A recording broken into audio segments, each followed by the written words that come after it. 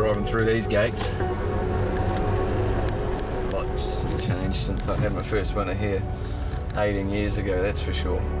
But Star Shiraz and Zach Butcher, they blow on by, and the Lismar at Neville start fillies and mares all over. Star Shiraz by 4. I always wanted to be great, and I'm thankful that I made it to where I am today. It's Cheer the Lady in front for Zach Butcher, and Cheer the Lady won the Oaks. Sky Major, the ultimate commander, orchestrates 3 Jules victories, 3 from Zach. It's Duchess makes it, and Zachary Butcher, the spotlight's yours. Cambridge is special to so many people. We take pride in our heritage, culture, and town.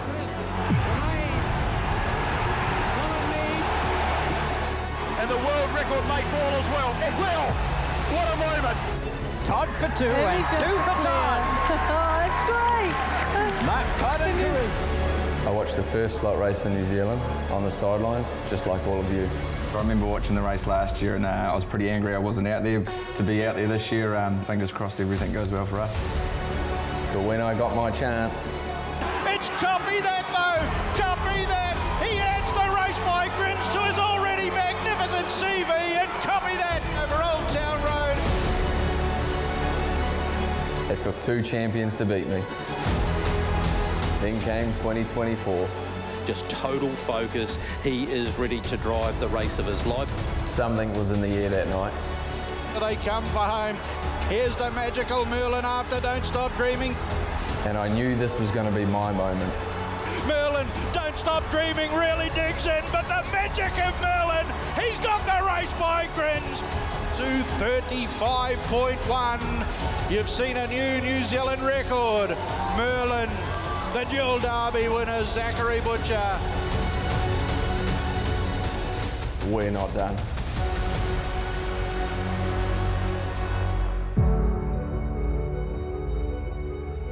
It'll be a massive night for Zachary Butcher in the sulky behind Merlin, looking to go back-to-back in the race by Betcher. He has the task of taking on the 2-star Australians who currently dominate the market in Don Hugo and Leap to Fame. Can he pull it off? He's confident. Market's a little bit confident as well, and we'll find out in our $1 million feature pace tonight. Alongside of that, we have the TAB Trot for $600,000. It's Australia versus New Zealand in both. Welcome to Trackside's coverage, Friday Night Lights, your night of champions. Looking forward to bringing you the 10-race program today, and we've got a lot on offer for you this evening. We'll get straight into it. Alongside me is Brittany Graham. Britt, your first night of champions as a tracksider. I mentioned that to you on Tuesday. Great to have you part of the coverage. Weather's not great, but I'm sure the racing won't let us down. Very excited, a little bit nervous, but just can't wait to get amongst the action tonight. Matt, great to be joining you and the entire team. And as you mentioned, we will absolutely have all bases covered tonight. He is hoping this weather can settle down a little bit, but even aside from that, considering the quality of horse flesh and human flesh as well out on the track in terms of our participants, we are in for a real treat. Cannot wait for those 2 races. They are going to be something very, very special. I think they're going to be action from start to finish. I'll be out on track to get the last minute word from all of the key players, see if we can get into their minds a little bit, find out what they're thinking before one of their biggest tasks to date. Who are the people in those 2 races that you're most looking forward to posing the question to them pre-race, the what are you doing question? I guess you've got to really pinpoint who you can glean the most information out of. Brant Dixon and Luke McCarthy, I've learnt over the last little while that they probably won't give me a lot. They'll be very dialed in, but the likes of Craig Ferguson, Zachary Butcher, those guys who have big decisions to be made, I'll be posing those questions to them. I think Craig's a great one with Don't Stop Dreaming. Looking forward to that. Looking forward to your coverage. Good luck for your drive as well in the Dorothy Cutts Memorial. That's Brittany Graham. She'll be an important part of our coverage here on Friday Night Lights for your night of champions, as will Greg O'Connor and Adam Hamilton. Evening to you, Greg. Thanks very much for that, Matt. Out on the Cambridge surface for what will be a magnificent night of harness racing, albeit it's inclement at the moment. Adam Hamilton, this has got a real Inter-Dominion feel to it. You've been going to Australasia's biggest harness races for quite some time, but tonight almost tops many of those. It's absolutely fantastic. I mean, I grew up with this Trans-Tasman rivalry, and for a variety of reasons, not the least being the pandemic, we lost it for a while. It's back in strength. I think buoyed by the success, the dominance in the trot last year, the Aussies are back in force tonight with a chance of winning both races. Absolutely you are. Let's start with the $1 million race by Betcher. Everyone's mapping it the same way. Don Hugo, leap to fame outside, a replica of what happened in the Miracle Mile. Do you see it any other way? Well, I don't think there's a twist in the map of the race. The only twist will be that if Grant Dixon can get there quick enough, I think he'll put more pressure through the middle stages than he did in the Miracle Mile. Then it'll come down to whether Don Hugo can absorb that and still hold him off, or whether the strength over the extra 600 metres will get Leap to Fame home, or one of the Kiwis can stalk them and beat them. That's the unknown if they go too hard up front. Yeah, absolutely, and we know what the two likely to be. Merlin and Don't Stop Dreaming have such a great record and a rivalry between that pair. The trot race, the gate looks similar. RC Phoenix and the Locomotive likely to go forward, but the Kiwi stalker Oscar Bonavina is so fast. Yeah, I'm fascinated to see whether the Locomotive will be able to muster on a wet track like this as fast from the outside. I want to watch some of those early races to see what happens, but if he gets to the front, it's not race over, but it's close to it, given he's won 23 of 25, as Britt Graham was telling us in front. But he may have to do a fair bit to get there. I think Oscar will just keep his nose clean early and try to dive bomb them late. Just thinking I'm Ready Jet might run a booming race too. She's in the zone at the right time if she can keep Queen Elida out and not get too far back early. All right, looking forward to your input throughout the night, as I am this pair, Nicole Sims and the Whale. Thanks so much, Greg. What a privilege it is to be here joining you all as part of the coverage for the Night of Champions. Well, Craig Thompson, we are right amongst it here at the stable complex. It's going to get busy. What a fabulous night's racing we have in store. Yeah, absolutely, Nicole. It might be a little bit wet, but it's going to be hot on the track tonight. Really looking forward to the market stuff. Opened up with a lot of futures markets, obviously betting-wise, like the early Crow, Nicole. Really looking forward to that. Who's going to be in front with Don Hugo's race? He's $1.50. I think that's a really good bet if I'm playing into an early bet later in the program. I think also you've got the Locomotive with his gate speed. He can roll forward. I think they're the two early Crow bets. 50,000, the late quaddy. That's always worth playing into, especially if you're going short in one of our features. And also there's a boosted bet on Don Hugo. $2.50 out to $3 with the BGP bet. So looking forward to the action, Nicole. It's going to be a wonderful night tonight. Haven't seen Leap to Fame or Don Hugo in person. Really looking forward to seeing him tonight. It's fabulous, isn't it? Seeing these horses here tonight at Cambridge Raceway. You'll be updating us on the betting front. I'll be getting those interviews with the trainers before each and every race. Well, from us, we'll be back shortly, but it's time to head upstairs to you, Aaron White. What a fabulous viewing point you've got for this wonderful evening of racing. Yes, thanks, Nicole. Up here in the commentary box, you get a great look across Cambridge Raceway. And the legend of Lowry joins us here tonight as well. First time I've seen him in the flesh. The first time he's been into New Zealand. And it's going to be a great race between him. He's got the visitors draw, and the other Australian, Don Hugo, has got a much better draw of barrier 2. The race by Betcher, what a race that is going to be. Looking forward to the TAB Trot as well. Can the Kiwis get this year's edition?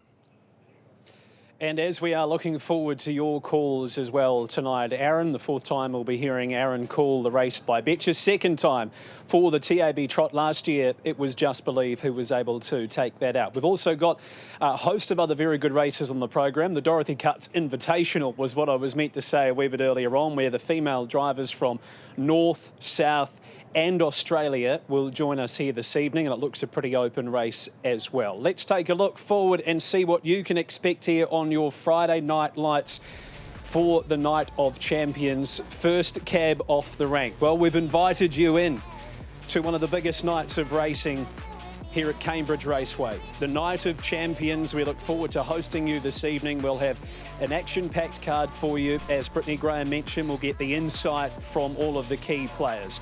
The richest trot in New Zealand is the $600,000 TAB Trot.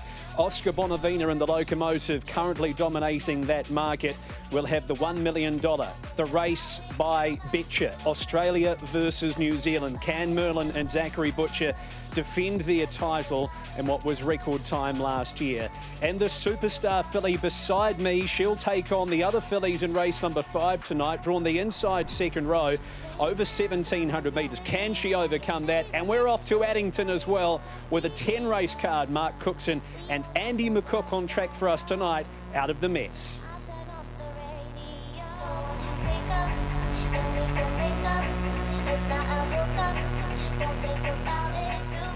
Very shortly. But tonight, a special night. The Dorothy Cutts Invitational will be run once more with the Australian ladies here on track, those from the south and those from the north as well. Midweek, Brittany Graham had the chance to sit down with Dorothy herself.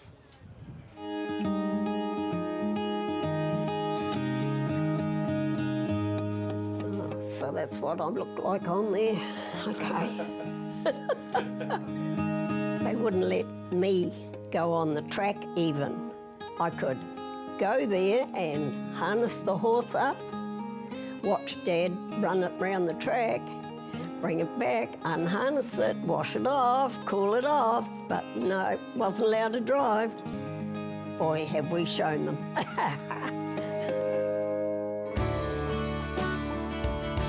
When did you have the feeling that I'd really like to get out there and amongst it, and how did you broach that subject? Linda Jones started pushing for jockeys to ride, so she helped because she got her licence 2 years before we did. They gave us one drive for women drivers only once a year, and we got an annual licence for that. They called it the Cosmetic Derby, the first one, which is the one I won. Getting that opportunity to drive in a race, what was that feeling like? We all looked forward to it, I can tell you. Yeah, we just couldn't wait for it to happen. And to win it? Even better. Cambridge have gone on to now name a race after you. How did that feel? I got a ring from Cambridge Raceway. Would you like your name to be used as the name of the race? I said I'd be delighted. I've given a trophy now so the girls can have their names put on it each time one wins it. Yeah. When I started driving, it was the done thing. How much pride does that fill you with, seeing females allowed to be involved in the sport? Well, I guess I was a leader of, so yeah, it does make me feel good, yes. A trailblazer, I think, would be a great way to describe you. Yeah, that sounds good.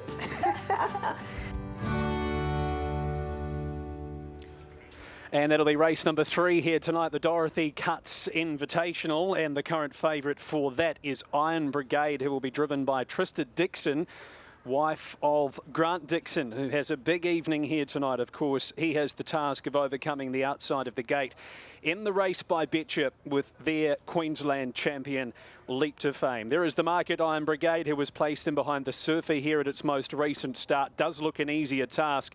Colin McBride drawn the outside of the gate for fellow Australian Kate Gath is at $8.50. Arcatea drawn the second row has had a bit of support, and as has Spirit of Waiheke for Emily Johnson, who is probably one of the more informed drivers around the Cambridge Raceway at least in the last 6 or 12 months' time. Go.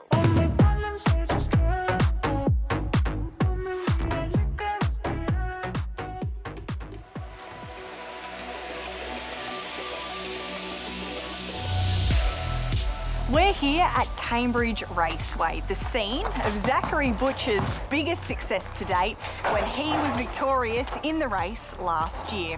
It's a great opportunity today for myself, Zachary and Romeo here behind us to head out on track and see how it unfolded.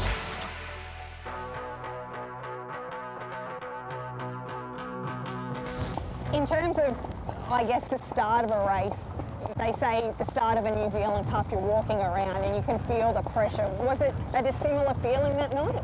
Yep, yeah, 100%. Every other drive was quiet, eh? There wasn't much getting set out there, and it's always been the same in those big races.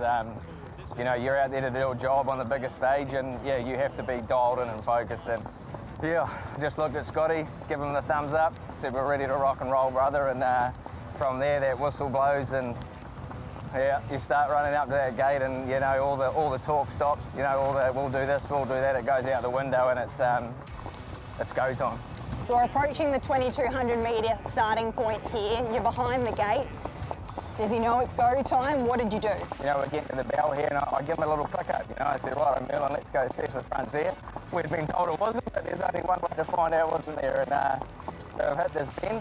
We're rolling along, you know, and I could feel we were rolling, and I couldn't get any closer than that. So, you know, that's where it went to plan C after that. And we pulled back. I had a look back, and I think it was at about this point I saw Speak the Truth and Adam Sanderson out there, and just sort of waited for him to get round there and take a sit on his helmet. How did he feel at this point? Did he feel as though he was going to come back to you? Is that something you had to consider, or were they rolling at such an even tempo that you thought, okay, we're comfortable? Comfortable, and I think a big part of that was, I guess, that Aussie style of racing where Adam got round and he kept it even. You know, there was no backing up, hence the, you know, the quick pace we were going, and I think that really helped me, you know, drop that bit and relax. Are you just in your peripherals watching it and waiting? How did you feel at this point? Peripherals, yes, you're always listening, you know, you never want to get caught napping. There's nothing more embarrassing than being in a $1 million race and not getting out at the right time. So, yeah, like I said, we were clicking up down the back. I had a look at Nat at this point, and old Don't Stop Dreaming, he was pricking his ears, and she had a fair tight hold of him, and I thought, oh, this is going to be a big ask to come off the fence here and try and pick her up. So, sort of getting up to the quarter here, and that's where it come to business time. Josh moves to your outside wheel. You don't move it instantaneously, but you're able to move him on the track. Did you have to wait to a certain point, or was it just about getting Merlin comfortable? For me, I was waiting, it's about this point here, the 250, 300.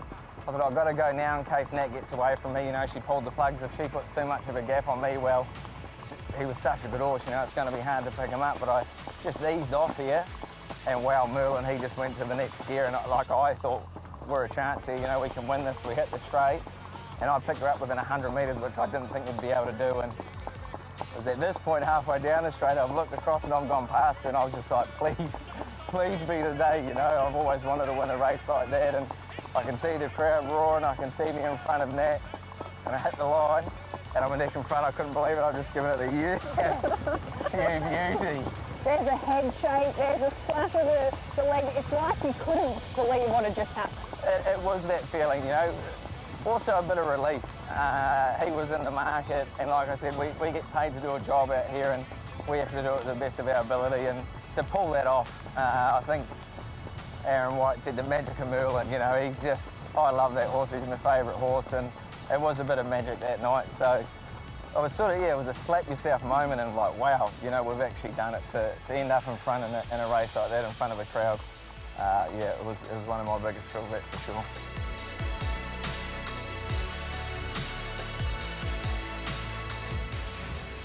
Yes, he's going to have to pull one out of the bag tonight, Zachary Butcher. Merlin trained by Barry Purdon and Scott Phelan. You know he'll be absolutely ready, and the early fireworks may well play into his hand. Here's an updated market for the race by Betcher tonight. The barrier drawers certainly had something to say about how the market is shaped.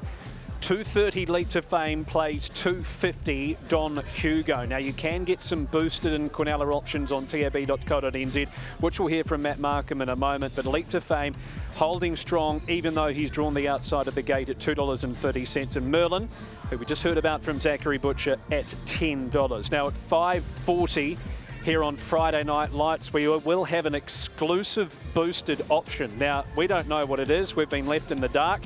Details will be revealed here on Trackside Friday Night Lights at 5:40 this evening. I'm sure that Matt Markham won't be giving us any information just yet. Evening to you, Matt.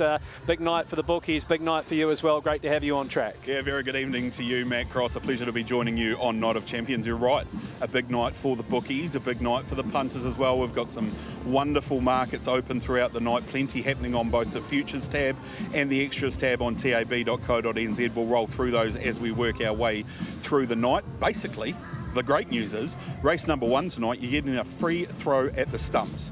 Up to $25 back in bonus cash on your first fixed odds win bet on race number 1 if your selection doesn't win. So basically a free throw, well worth having a crack at in the first, and I can tell you there's been 2 that have been very, very well backed. Ruby Ridge is a massive liability in the first of the night, opened at $12, now into 8s, and I can see the Vaughan and the Blanchard trained runner shortening even more by the time we get to race start time.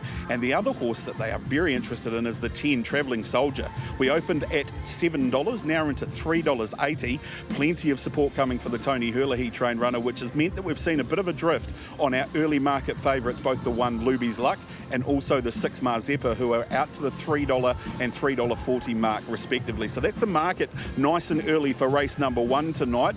But what's the whale telling us? Craig Thompson, it's my opportunity to say a very good evening to you. Pleasure to be working alongside you on the Night of Champions. How'd you see things unfolding in our first of the night? Yeah, thanks, Matt. Great working with you on Friday Night Lights as well. I tell you what, I think the map, the reason they're backing Ruby Ridge is because of its gate speed. I thought it was the best value in the race when they put up $12. I map it this way. I think the one's not the quickest out, and if you're taking 270 on opening, I think it was a little bit too short. So you're betting for a little bit of luck if it gets through the fence. Aradine gets out okay. Look for Crackerjack from a medium draw. They brought it in here last week for a trial from the mobile. I think they'll fire forward, but I see the gate speed coming from Ruby Ridge. 12 into $7. Zachary Butcher, birthday boy today. I think he'll roll forward. I think he'll give you a sight. He's in my mix. To summarise, I think Mazeppa's the up-and-comer in the last month since he's been with the Wallace Hackett team. He looked wonderful while going through the birdcage here. I think he's going great at the moment. It's all about the manners with him. He got it wrong at the start last start, but he trotted better than 3:30 the start before. Ruby Ridge, if she crosses to the front, I think she's hard to catch. And outside them, I'd put Luby Lillen, the best roughie in the race, definitely Crackerjack. Brecon Farms with 2 runners in the race. They also sponsor it, Greg, and we kick off here with Luby's Luck, the 8 of the inside.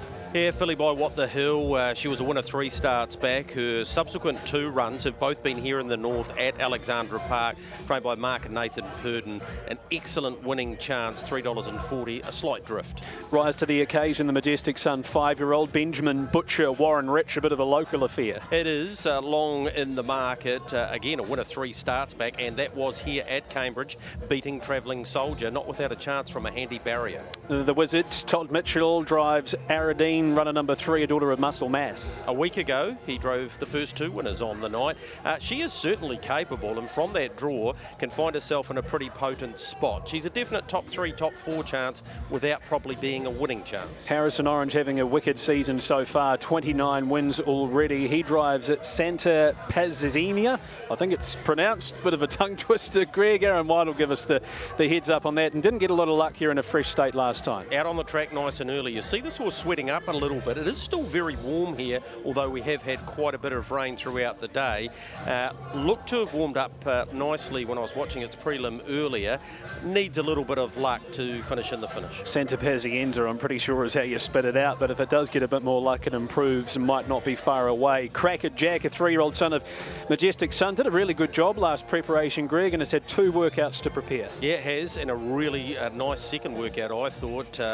Dylan and Joe Ferguson showed us plenty in the first campaign. Be really interesting to see what this 3-year-old can do this time in. Mazeppa's joining the Wallace Hackett bases, 2 from 2. B.A. Lilly, that's Brent Lilly in the ownership. He's in for a good night. He is. Looking forward to seeing this horse here in this race, as are many of the punters backed heavily. $3 the price currently. Son of Love You, who's in hot form, and you'd imagine it's making its way across the Tasman. Ruby Ridge, the 7, blast the gate. Yeah, I think so, and she's in great form. She races superbly here at Cambridge, winning 7 of her 10 wins have come here at this venue. The seconds behind Mazeppa have both been very good, and she'll be put in the race for sure. Dr. Luck Chin here on Night of Champions, champion man himself, and this one a $21 chance. Yeah, and look, you go back prior to that last start here at Cambridge was racing in super form. Didn't have all favours behind Cormayer last week. Could certainly play a part. And the two Hurley runners here, Greg, Love Me Again inside second row and Travelling Soldier. I guess this will be a guide whether they press on to those better 3-year-old races. Yeah, definitely with him. I thought he was a big winning chance. Love Me Again in the hands, of course, of Tony Cameron, the mare by Father Patrick out of Love Your Doozy. So really is a Brecon-bred trotter. So we're 2 minutes away from race number 1 on the program, the Brecon Farms Mobile Trot. You're 4, Greg? I went 1, 6, 10 and 3, but you could throw those first 3 up and they'd land anyway. It could be any one of those 3 winning the first. Brittany Graham's trackside. Thanks, Matt. I sure am, and I'm alongside Crystal Hackett, who's aboard Mazeppa here, the 6, who's been 2 for 2 for the new stable, Crystal. But I guess we learnt last start, still not the furnished product. Have we made any changes, or do we just put that in the back of the mind? I think we just put that in the back of the mind. He was a bit fierce, and I was under the impression that he had a lot of gate speed and I could roll forward, but I'm cautious of that now, and I think I'll just know to hang on to him a little bit more, and he was still good enough to get the job done. It's a step up tonight, but hopefully he's good enough again tonight. So with that in mind tonight, do you float away? What's your initial thoughts? Yeah, I'd say so. I'll just try to keep him trotting as best I can out the gate, and he seems to be a horse that is better on speed, so if we have to work around then we will, but I have enough faith in him that hopefully he's good enough tonight. And how'd the track feel and look to you in the warm-up? Yeah, it's pretty firm underfoot, so I'm very happy with that. It hasn't gone slushy yet, but the rain does continue to fall, so hopefully it stays that way. Good luck tonight. Thank you. Crystal Hackett there, Aaron White, as I head up to you ahead of the opener. Yeah, thank you, Britt. I'm with Crystal and Mazeppa here to complete the hat-trick tonight. Did get it wrong in the early stages here on that Tuesday meeting when it won last from the mobile, but as we heard from Crystal there, she might just take a hold of him tonight and get him to the back of the field. She ripped around them last time and took the lead and then dominated the race from there, so that's on top over the 10. That being a Travelling Soldier, got a lot of time for this Tony Hurley trained and driven runner. The 5 Cracker Jack back on a new campaign. Looked okay through the prelim as well for the Fergusons, and number 1 Luby's Luck comes up with the right draw. Mark Purden, 6'10", 5 and 1.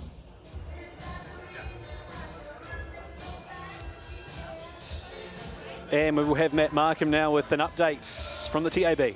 Yeah, TAB market update ahead of race number 1. Look, all the late actions come around. The 6 Mazeppa now into $2.80, and we've seen really, really good support as we predicted for the 7 Ruby Ridge into $5.50, your TAB hot horse for race number 1. Thanks, Matt. Looking forward to your input tonight. Brecon Farms Mobile Trot. Good late push here for Mazeppa, Greg, trying to go 3 in a row. I don't mind Travelling Soldier as a horse, though. Second row barrier draw getting a pretty decent price. Sum it up for me. Yeah, look, he is probably the bet in the race, to be fair, with the winningest driver of all time. 3,700 wins in the bank, Tony Hurley. He drives this track as well as anyone. And, yeah, I think if you were going to have a late play, it's probably on it. As I said before, you could throw those top 3 up, Matthew, and they'd probably land a different way each time you did it. Before we get underway here, Greg, was there anything on the program tonight that stood out like a sore thumb to you that you might be willing to play each way or a bet? In the Dorothy Cutts Lady Invitational, Iron Brigade looks beautifully placed. I was at the Telford camp on Wednesday, and Trista Dixon drove him in work. Look, he's a last start second behind the Surfer and Country Cups level. Should punch through from the second row, follows through a Hoka Achilles, $2.40. It's still a good play. And while you're out there, you would have got to have seen Leap to Fame. You've seen him a few times in the flesh. We're in for a treat tonight, aren't we? We are. It's as good as I've ever seen him, and I'm not overstating that. I've seen him at the few carnivals now in Queensland, and whilst that's in the winter and we're in the warmer months now, you'd expect his coat to be shining. It was gleaming, mate. It looked absolutely outstanding.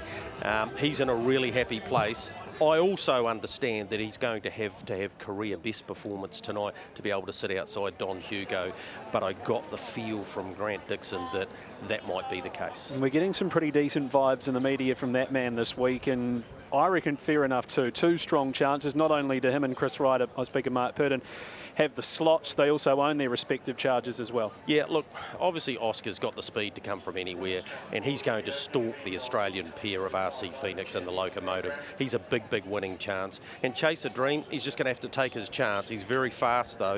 If it's a war up front and he gets the gaps, he can certainly have a big part to play. Friday night lights here on trackside. The first out of Addington will come up after this at 5:21, but it is now now time to kick off the Night of Champions as Ruby Ridge has galloped behind the gate. Here's Aaron White. Goes for a gallop. Thank you, Matt. Ruby Ridge has galloped behind the mobile here. 2025 Night of Champions about to get underway. First of 10. Green light flashes. We're off and trotting. Ruby Ridge missed it by a good half a dozen lengths. Cracker Jack on the journey fast. Mazeppa's coming up with it. Luby's Luck back on the inside, then Aradine. They're followed by Voronov. Back on the inside to Love Me Again from Rise to the Occasion. Travelling Soldier, Santi Pazienza went for a gallop, heading out of the home straight, and underneath that was Ruby Ridge. So heading out to the 1800 metres, Luby's Luck, but Mazeppa draws up on the outside, and the first favourite on Night of Champions about to take it up here for Crystal Hackett. In third is Aradine, a length and a half away then to Love Me Again.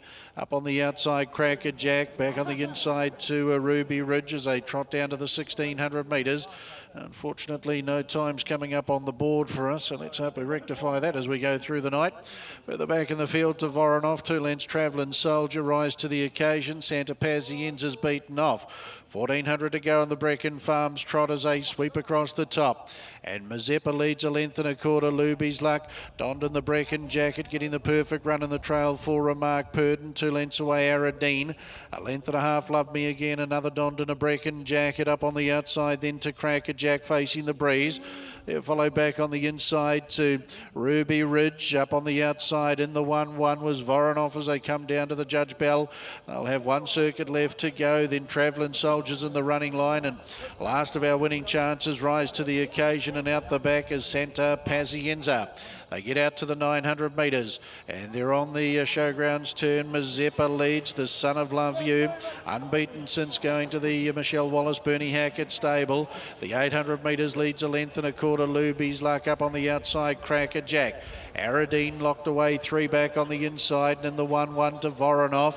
Back on the inside to Love Me Again from Travelling Soldier. Then came Ruby Ridge and Rise to the Occasion. 600 metres left to go. Brecon Farms trot to open the 2025 Night of Champions. And the first favourite, Mazeppa, to the end of the back, straight over Cracker Jack. Luby's Luck will wait the TFS Horse Transport passing lane as Ruby Ridge is getting around Voronov. Aradine back on the inside, then Travelling Soldier, Love Me Again. Rise to the Occasion as they trot onto the turn here.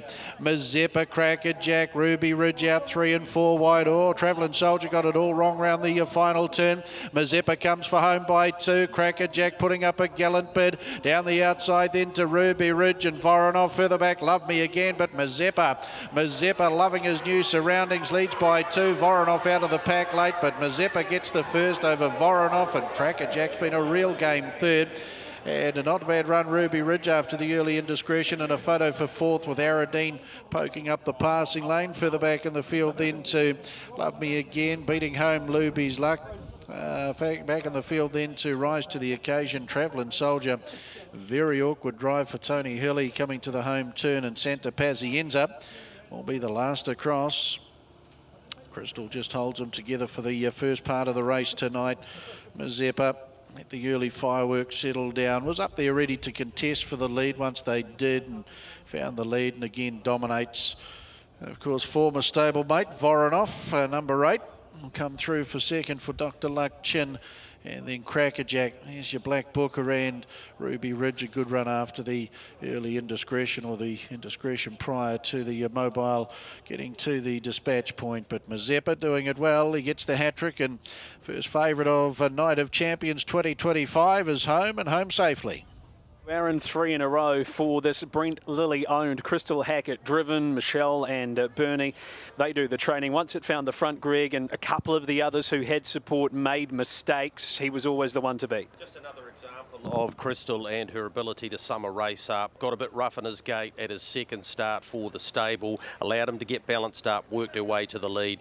Dead set bolts in here, and with that win gets very close to the magical $100,000 in the bank mark. The way that he has won there, don't know how long he's going to be domiciled here in New Zealand, but he gets to Australia, he's going to be competitive. We've got Judge Tom Thompson confirming us the numbers. Great to have Tommy T on track with us here this evening. A stalwart of racing around these parts. We'll very shortly catch up with Crystal Hackett. She's now with Brittany. Thanks, Matt. She sure is. Mazeppa 3 on the bounce now, and that was a pretty decisive win, Crystal. And the good news was he looked to do it all well within himself as well. He's really starting to get the hang of things. Yeah, for sure. He actually gave the wheels a few taps coming out the gate. He was pretty keen, and luckily he didn't gallop. He just rolled on forward, and as I said earlier, he loves the front and loves being on the speed, and we were able to get there tonight, and he just keeps continuing to impress us. It's great. How's that track, I guess, out in front? It probably wasn't too bad, but just underfoot. It didn't look too bad at all, considering it's just this pesky, showery weather that's not ideal. Yeah, it's not ideal, but no, the track was beautiful in front. So, no, if you're in front, you'll be out of the mud. That's nice. Well done. Thank you. Crystal Hackett takes out the opener.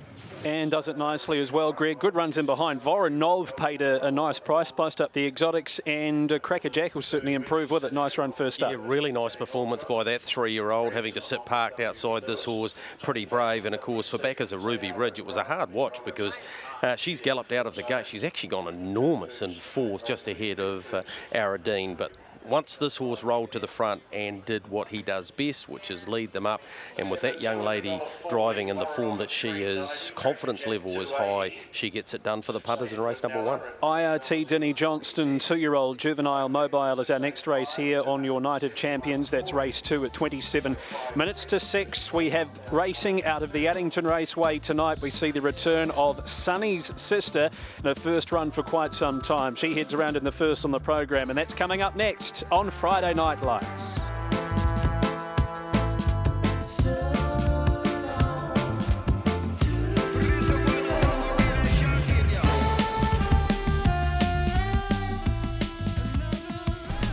Time to waste some gas. Yeah, I just wanna feel that summer burning, go somewhere like we ain't returning, take those miles as far as they can last. Never gonna look back. No, we won't do that.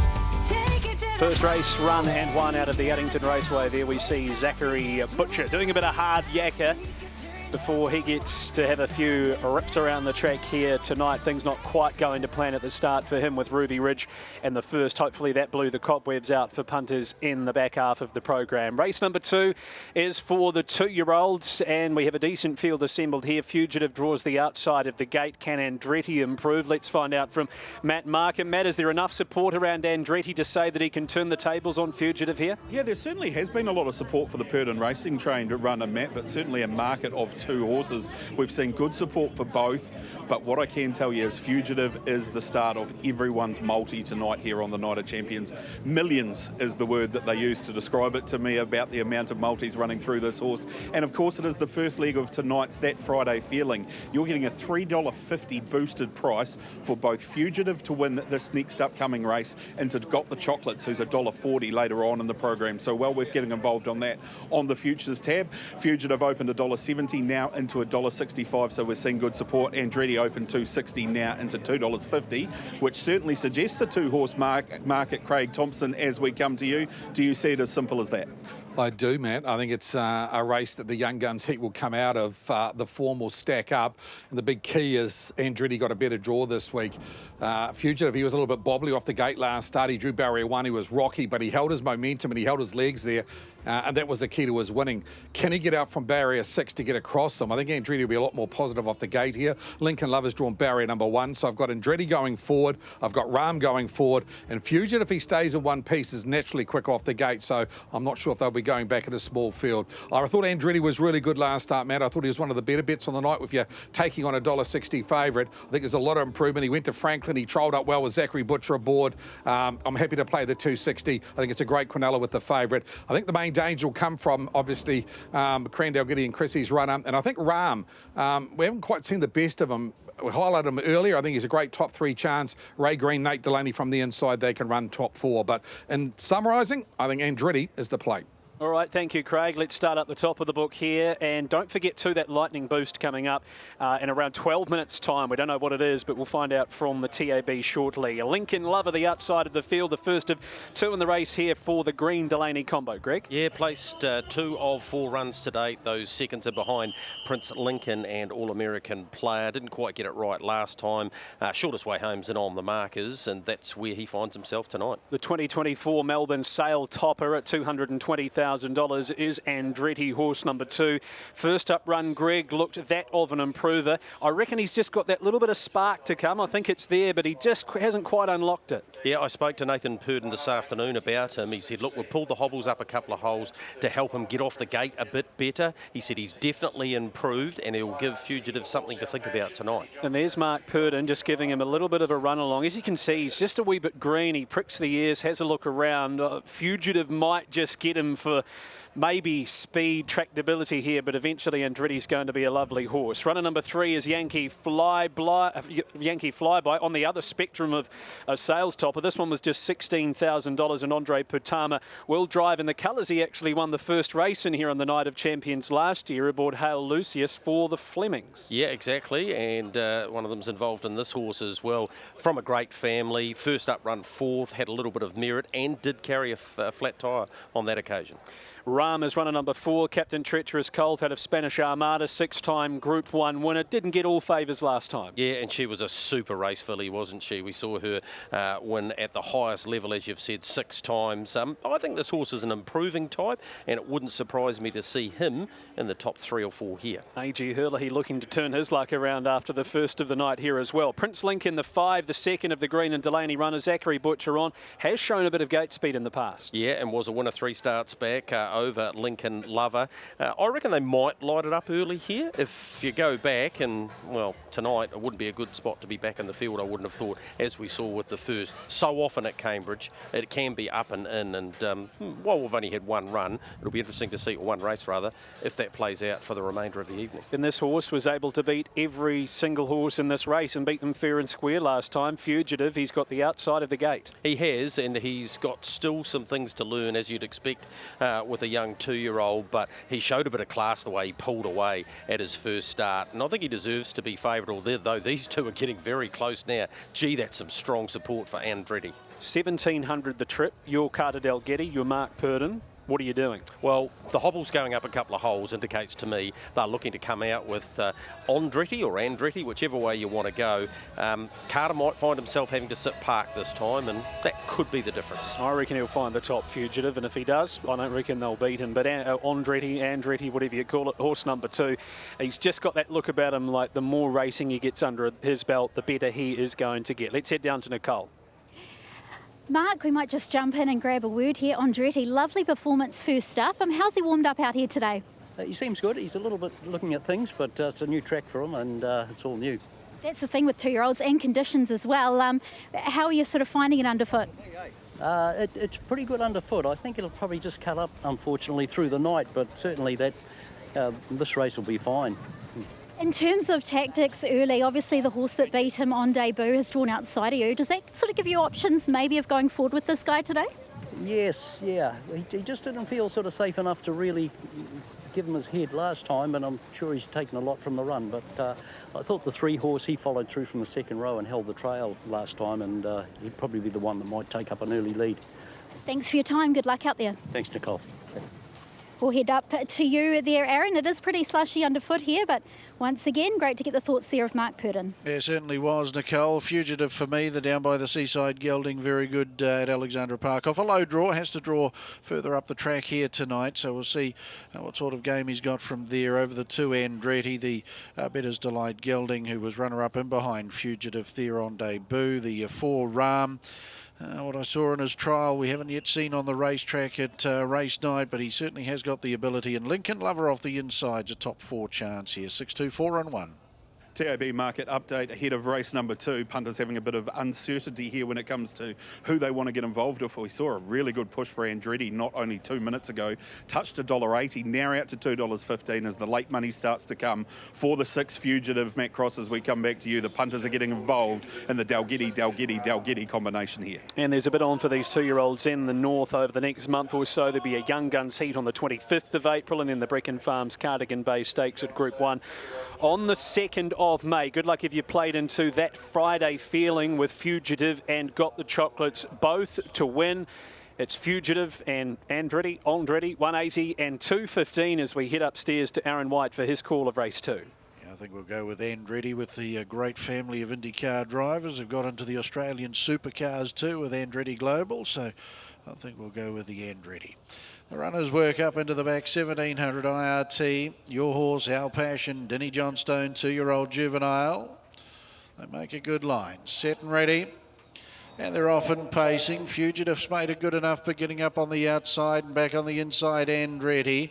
They're followed then by Lincoln Lover, who will settle down in third on the leader's back, and that leader is Andretti as Fugitive now moves forward up on the outside. Then came Yankee Flyby, and the 2 at the tail as they turn off the back are Ram, and 2 its outside was Prince Lincoln. So they come off the top and they're about to work into the home straight, and the unbeaten Fugitive, the son of Down by the Seaside, will gather the lead off Andretti here. The son of Better's Delight will take the leaders back, but 2.5 lengths off, and as they work through the home straight. 3 back on the inside then to Lincoln Lover. Sitting out parked was Ram as they get to the judge. They've got a circuit left to go in the last couple. Yankee Flyby on the inside, and Prince Lincoln, Zachary Butcher connects up into the 1-1. Fugitive, like he did on debut at Alexandra Park, he loves to run. He was a little bit unsettled at the start again, and he's found his rhythm in front with 800 to go, leads by 2. From Andretti in the trail, and Ram third in park. Prince Lincoln's in the 1-1 around its stablemate Lincoln Lover. Back of the tail was a Yankee Flyby as they pace down to the final 600 metres here. And a Fugitive with Carter Dalgety to the end of the back straight over Andretti. Ram pressing up on the outside in the park position. Prince Lincoln 1-1. Lincoln Lover all dressed up, nowhere to go. 3 back on the inside, and back of the tail was a Yankee Flyby as they come across the top. Fugitive, Andretti waiting the TFS Horse Transport passing lane with Ram up on the outside. Prince Lincoln taking off, homeward bound. Fugitive up on the outside, Andretti. Fugitive 1.5 lengths. Andretti now starts to really hit top gear on the outside of Fugitive. Fugitive in front. Here's Andretti to challenge strongly. Fugitive, Andretti in a great tussle. Andretti gets his nose in front. Fugitive trying to fend him off. Andretti too good for Fugitive tonight. They were followed then by Prince Lincoln, Lincoln Lover third and fourth. Rahman back of the tail to a Yankee Flyby. The nice shot in behind Fugitive tonight, as opposed to sitting parked on debut at Alexandra Park. Did the Better's Delight gelding out of Lavatis. Gene Feast owned. Mark and Nathan Purton trained, and Mark doing the driving. Number 2, Andretti came to the outside, and they've had a good stretch battle. Fugitive number 6, he'll have to settle for second tonight. Number 5, Prince Lincoln there for a third in front of it. Stablemate the 1, Lincoln Lover. 2, 6, 5 and 1 here in race number 2. They'll switch what they did on debut, but boy, we're going to have some good battles between this pair going through the remainder of the season. I remember one of the earliest duels here on this track. Matty White drove a horse called Saffin, and it was an identical drive, made the leader do all of that early work, had the crack late. Greg, if Mark had have let him go for fun early, Carter would have won it. The fact that he made him just do that little bit of extra work, we should never doubt him, Purton, and show good improvement. Yeah, absolutely. Probably went the other way. Andretti improved more than the other horse, Fugitive, who just got on and off the nickel a few times. He'll definitely get better with racing, but this horse here has got 3-year-old written all over him, even at this early stage of his career. Mark didn't wait for the passing lane, came straight to the outside of Fugitive, and he's big and he's strong, and yeah, he's only going to get better. Gene Feast, she can pick one? Yeah, she can, and they paid decent money for this horse too, as you mentioned before the start of the race, and yep, he's got a bright future. So's the second horse as well, and the Lincoln pair, Prince and Lincoln Lover in third and fourth. Here's Nicole with Mark. Gee, lovely polished performance there, Mark. Talk me through the run because obviously got out the gate really nicely today. He did get off the gate well, and the horse to beat was he came out hard too, so I had thoughts of holding the front, but he was pretty determined to try and get there, so eventually we restrained and he got a nice trip from there on, but he always felt good through the run. And obviously a young horse to be able to settle like that and then not wait for the passing lane to sort of launch late. He fought hard too because the other horse came back at you. Yes, he did. Yeah, he was more sort of the fact that he was running out that I thought it'd be easy coming out than it would be going in, so I sort of went with him a little bit. Another lovely horse for Jean Feast as well, who's been such a big supporter of your stable. Yes, absolutely. Always great to win a race for Jean, and Australian bred, so he's got quite a lot on his plate. Awesome, well done. Thank you. Got him home in 60.7 and 28.9. What did we get overall, Greg? 202.2. That's a 55 mile rate. So they pumped early. Yeah, they have. Very much so. A couple of very good runs there. Mark Purdon, Carter Dalgetty, and there is Jean Feast with Richard Cole from IRT sponsoring the Denny Johnston 2-year-old juvenile mobile pace and throwing horses like All-American Player and maybe a couple of others who we haven't seen yet. The Young Gun Heat on the 25th of April will be a good one, as well the Brecon Farms Cardigan Bay Stakes at Group 1, which will be run on the 2nd of May. Still a few good chances for Mark to come tonight. Greg, without you, obviously, has the task of beating Beside Me, who's drawn on its back. Yeah, exactly. Has good early gate speed, though, and another conversation I had with Nathan Purd said she's worked the house down. Not saying that she'll beat Beside Me, but I think you'll find she'll be staying in front and get her chance. OK, we've got the N40 Racing Dorothy Cutts Ladies Invitational to come up next here on Friday Night Lights out of Cambridge. 2 races down, and the favourite gets rolled in the second of them with a slight drift in the markets.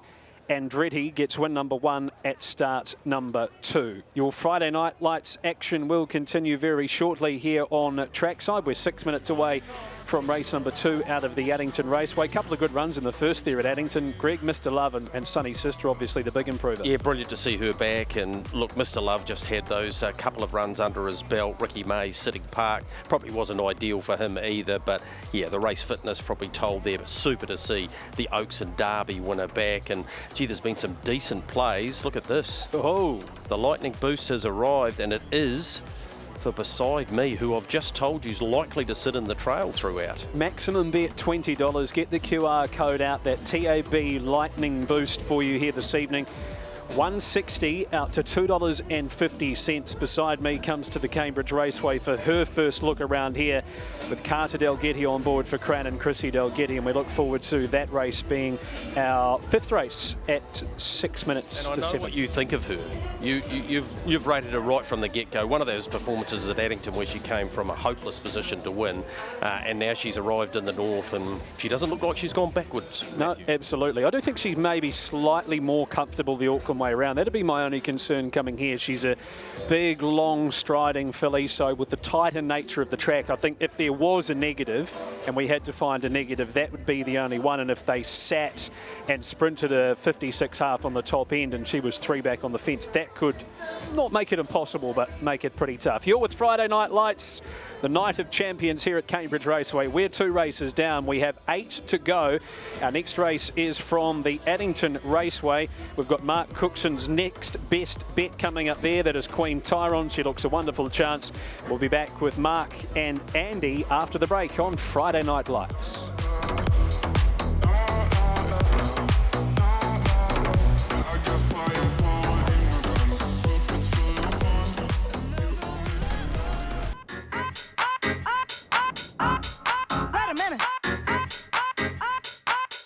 Come on, give me devotion.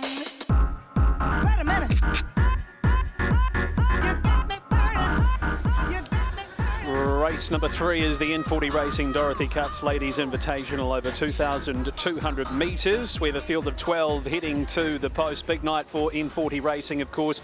Joshua Devine and the team, along with Boys Get Paid, have in their slot for the race by Betcher tonight, Don Hugo. And Greg couldn't have asked for a better barrier draw. Josh putting a lot of money into the sport, sponsoring the Dorothy Cutts Invitational, and they've got a big night with Don Hugo. Yeah, absolutely, and got a great chance as well. And of course, the Boys Get Paid punting syndicate. This is one of their first decent sort of plays, and it goes on the favourite here. But you're right about Josh. He's getting right behind harness racing across both Australia and New Zealand, but particularly here. Matt Markham, Dorothy Cutts Invitational. What can you tell us? A very good even market we've got ahead of us here, Matt. You touched on Boys Get Paid.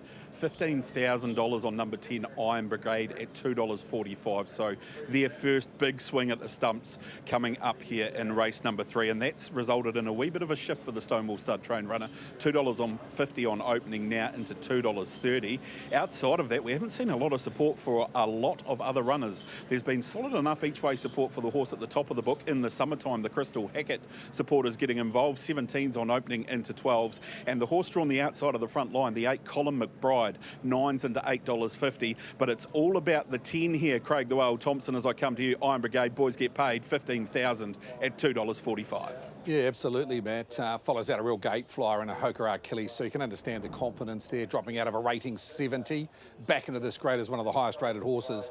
I've got him on top. This is how we mapped him at the 2,200 metres. I think Hokar Achilles, he's old, but he's quick, and he's drawn barrier 2. They'll use the draw Kimberley Butt to try and get across in the summertime. He's got a bit of gate speed. Out wide always be Charlie. I'm not sure if we can get across them from 6, and out wider to the likes of Colin McBride, who's drawn 8 but doesn't have any gate speed. How I summarise this race, I think Iron Brigade's probably the best horse in the race, with a really economical draw and a good follower, good left-handed 1-2 from 5 here. I think the Danes will come from the horse that's drawn to its outside, the stablemate Arcatea. If you put Carrera Ombre or Runkle Crunch in this race, it would go out favourite. Now, it ran 3rd in the Metro final behind them. I think it's a chance. The best Druffy is the horse down the bottom of the book. Always a flying. Very unlucky behind the Surfer last start. No one drives. Cambridge Raceway, Matt, better than Nikki Chilcott. Certainly doesn't, and she's sitting on 699 driving wins as well. Well, it was skipper 12 months ago for Natalie Rasmussen. Greg, let's go through them up the top of the book. In the summertime at a Hokar Achilles, the 1 and the 2 at $12. Yeah, in the summertime, missed out last time. Prior run 3rd and behind Without You's a very good form line for this. And a Hokar Achilles, don't be put off by his age of 10. He has good early speed and he has Kimberley Butt. Proviseur with gate speed out of barrier number 3, and Spirit of Waiheke. This is really no harder than what it's been racing. No, both in good form. Proviseur winning here last time. Spirit of Waiheke, Emily Johnson, she's a rising star amongst the juniors. Certainly is. And now we go down to the 5 and Savannah, who's 5th up this preparation. Alicia Harrison and Penny Fenton combined. Well, if a Hokar Achilles is a chance, this horse, mare by Art Major, was successful over him 2 starts back. 6th behind Debbie Lincoln at the park back in February. Always Be Charlie's put together a pretty decent record here with a couple of wins over the 2,200. Yeah, Riley Harrison doing the driving for Jason Tees. Always an each-way chance. Just not sure where it's going to end up map-wise. Desert Dawn has had its last 2 runs in the amateur drivers' races, fitted 3rd up, and I'm picking Brittany Graham won't be wanting to get too dirty here and behind them, might be heading forward. No, she's got a bit of work to do later in the night, so you're absolutely right. That last start 2nd, I spoke to Frank Phelan about it. He said, look, went good enough and no reason to think can't be competitive in this. Colin McBride, big night for Kate Gath. She'll have I'm Ready Jet in the TAB Trot, has the outside of the arm. Yeah, owned by Grant Einon, of course, trained locally by the Neils, Andrew and Lynn. It won't be easy from out there, but Kate will give it every chance. Kieran Tomlinson treks north from her Oamaru base and drives Sea of Love inside 2nd row. Under some scenarios, might work out okay. Yeah, it could do. Top 4 player with a little bit of luck. What about the 2 Stonewall runners? Iron Brigade looks the big drop back. Yeah, I think it's the best bet of the night, Iron Brigade. Into $2 now, getting very, very short, but punches through behind the right horse. And you've heard what Craig had to say about Arcatea. She's a mare that has to be respected. She's only had a couple of goes here, has Olivia Thornley. And Nikki Chilcott, as Craig mentioned, drives Always a Flying for Rogie Graham Rogerson. She's looking to pick up her 700th win. Yeah, a couple of wins of the 4 wins for this horse at this track. Might need a little bit of speed to come from the outside of the 2nd row, but can certainly play a part. Nicole, we'll head down to you. Can you say to Brittany that the boys in the studio, we want to know what she's going to do. Is she going to head forward and have a launch up? I'll ask her straight away. Right, the boys in the studio, Brett, they want to know, are you going to have a launch up here? No, that's not the instructions, Nicole. As much as under these conditions I would love to. I'd say being at the front of the field might be a little kinder than the back, but looks as though there's a fair bit of early pace here, so we'll let them worry about themselves early and then we'll try and grab them late. But yeah, not a kind draw, unfortunately. A bit like the conditions out here, but no, we'll see how we go. We'll do our best. A wonderful opportunity in a race that's very special, isn't it, after you meeting Dorothy as well and interviewing her? Oh, it sure was. Yeah, hopefully Dorothy's here tonight. I haven't seen her yet, but yeah, you know, what she was able to achieve when it wasn't the done thing for females to drive in races. You know, she's put in the hard yards so we can all be out here enjoying what we love to do. So, yeah, it's just great, and I'm so glad that the club have honoured her in this way. Good luck and have fun. Thank you so much. Thoughts there of Brittany Graham. Wonderful to have her part of the trackside coverage. She's out there, she's getting dirty, Aaron, but gee, what a great race it is. It's wonderful to have so many people involved with the Dorothy Cutts Memorial. Yes, a lady of many talents, our Brittany Graham. Great to have her now part of our crew here with trackside as well. I was 6:10.84 with the value tonight. Always Be Charlie. Back to Cambridge. He loves racing here. I think if he presses forward, these are his conditions as well. He's at very good money, $31. Put in the 10. Going to be a bit of beating on Iron Brigade, but he's got a second row draw. We'll put in the 8. Colin McBride has have his first run left-handed since coming north to the Neil team. And the 4, Spirit of Waiheki's been racing well. Emily Johnson to do the driving there. But with the value around, Always Be Charlie, number 6. Flip of the coin odds now for your favourite Iron Brigade into $2. Very well backed throughout all markets, including that Boys Get Paid bet. Matt, your TAB hot horse for race number 3, the number 10. And it looks like we've got one going roughly in the score up here, and that may well be in the Summertime, who had that inside draw. Let's get to Aaron to find out. Forward now in the Summertime. Just had a wee skip in the early part of the score up. We'll find its position of barrier 1 for Crystal Hackett in time. Thanks, Matt, as these runners in behind the mobile for race 3. Night of Champions 2025. So around they come, 2 1/4 laps. This will be our start point with the mobile for our 2 features tonight. As for our ladies invitational drivers, and they're off and racing. Savannah's out nicely. Spirit of Waiheke back on the inside. Ahokara Achilles, and back on the inside in the Summertime, and Provoceur stays nice and handy. Iron Brigade gets a lovely track through from the second line. Back on the inside, Sea of Love, and they're followed by Arcatia. Always Be Charlie does get back in the field here. Desert Dawn to be second last, and Colin McBride from the outside of the arm. Back of the tail end of the field. They pace up into the back here, and Ahokara Achilles to take up the speed. Leads by a length up over on the outside, sitting second, and Park there now as they work down to the 1,600 metres, and lead up time there. As Always Flying moves around the outside of Spirit of Waiheke, will find the 1-1. Then in the Summertime, they're followed by Provoceur, Sea of Love. Looking to come forward, Iron Brigade. Comes out 3 wide now. Stablemate Arcatia stays in. Desert Dawn back and buried on the inside. A length and a half away then to Always Be Charlie Savannah. And back last is Colin McBride as they're about to work into the home straight. The lead-up time was 41.9 here. The N40 Racing, Dorothy Cutts Ladies Invitational. And the leader now moving forward on the outside to take it up here will be Iron Brigade to lead by a length and a quarter. Ahokara Achilles with the opening quarter in 29.8. Up on the outside, Always Flying in the 1-1. Spirit of Waiheke in the Summertime locked away 3 back on the inside of Provoceur. Then Sea of Love, Arcatia well back and buried on the inside. Desert Dawn and Brittany Graham. To its outside then was Always Be Charlie, and the last couple are Savannah and Colin McBride at the 800 metres. The second quarter in 30.3. Iron Brigade leads from up on the outside, Always Flying. Back on the inside then to Ahokara Achilles, enjoying the nice run in the box seat after being the early leader. Then Spirit of Waiheke. Here's Colin McBride being let loose round the outside now by Kate Gath as they get to the end of the back straight. Back on the inside in the Summertime, Arcatia's out wide. A Provoceur between runners for Monica Ranger. Back on the inside then to Sea of Love. Out widest as Always Be Charlie. Around Desert Dawn. Savannah back at the tail. 29.3 was a back straight quarter. Iron Brigade to bring them for home. Always Flying. Spirit of Waiheke up on the outside, waiting the TFS Horse Transport passing lane. Ahokara Achilles. Iron Brigade leads by a length and a half. Spirit of Waiheke up on the outside of Always Flying. Ahokara Achilles ducking on the passing lane here, and Ahokara Achilles and Kimberly Butt to come through and get the win. Ahokara Achilles to beat out Iron Brigade. Always Flying a game run third, and they were followed in then by the next was Spirit of Waiheke, then Arcatia, Sea of Love in the Summertime. Further back, Colin McBride, Desert Dawn, Savannah. Well back in the field to Always Be Charlie and Provoceur to be the last two. 40.51 the time. 157.4 the mile rate, 29.1 on the way home. Took the early lead, the Art Major gelding. Out of Millwood 2 Shade, Kimberly Butt doing the driving for Owen Gillies, handed up the lead to the race favourite when it came looking. Iron Brigade, and then uses the TFS Horse Transport passing lane to get the victory here. The 2 to beat the 10.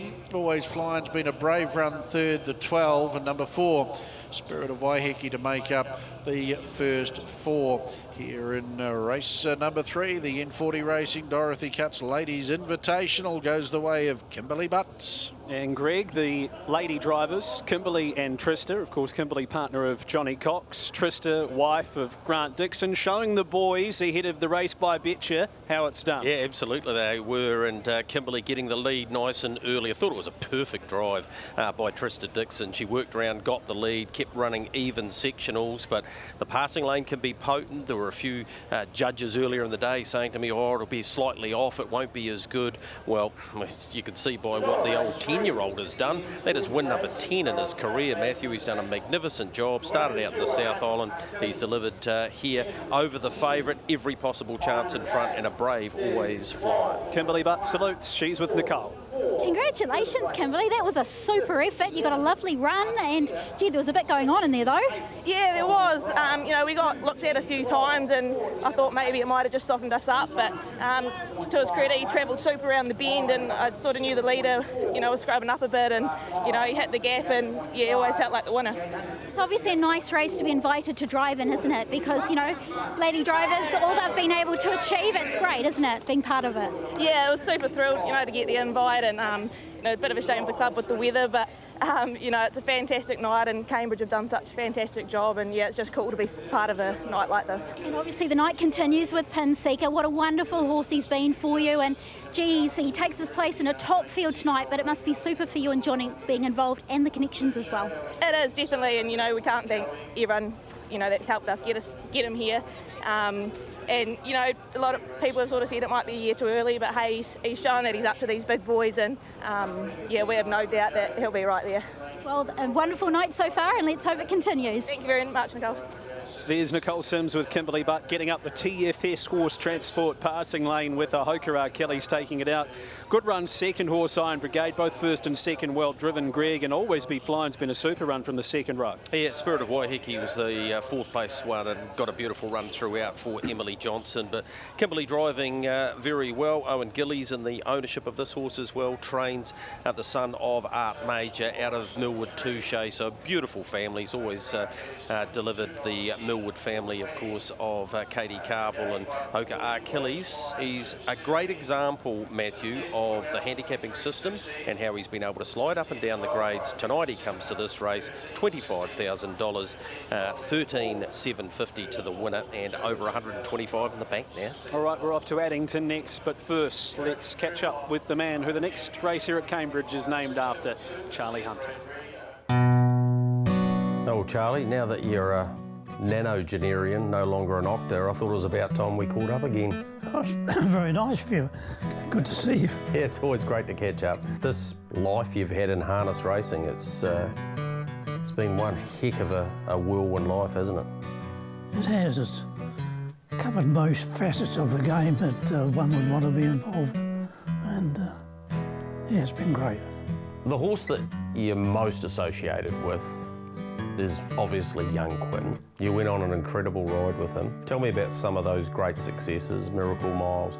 We flew out on the Thursday afternoon, got into Sydney to the stables we were staying at about 7 o'clock that night, and just Quinn being Quinn, he scoffed all his dinner and everything, had a little jog the next day and lined up in the Miracle Mile.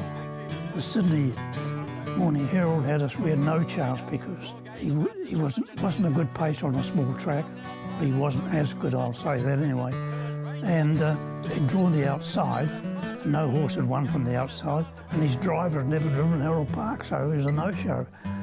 But he just killed him. So you take him to the States, and he showed them there as well how good he was. Went across to Hollywood Park, which he loved because it was a beautiful mile track.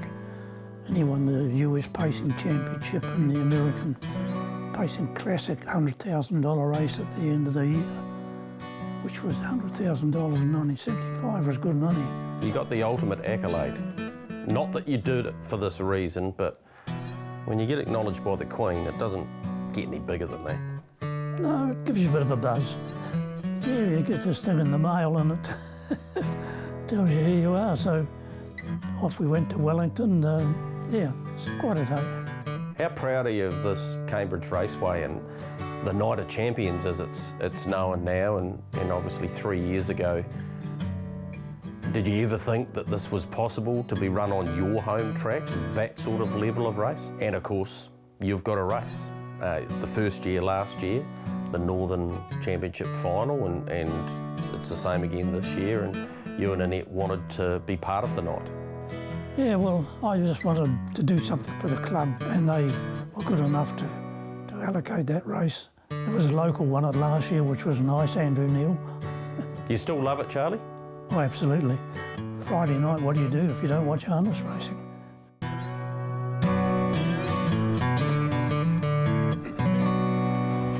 Then come up and dance on the top.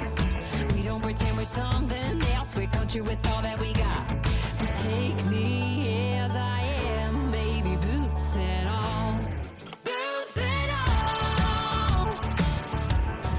Boots and all. And the tunes of Kaylee Bell, they will be live here on track for the Night of Champions a wee bit later on. We put the previews from Addington behind us, and with the winner Tyrone strapping that, a close relation to Highgrove, with his mother being a half to that horse, and John Dunn driving him pretty much like he used to drive Highgrove as well. Take the stuffing out of them heading off the back. Looking forward to the next there from the Addington Raceway, which will be race number 4.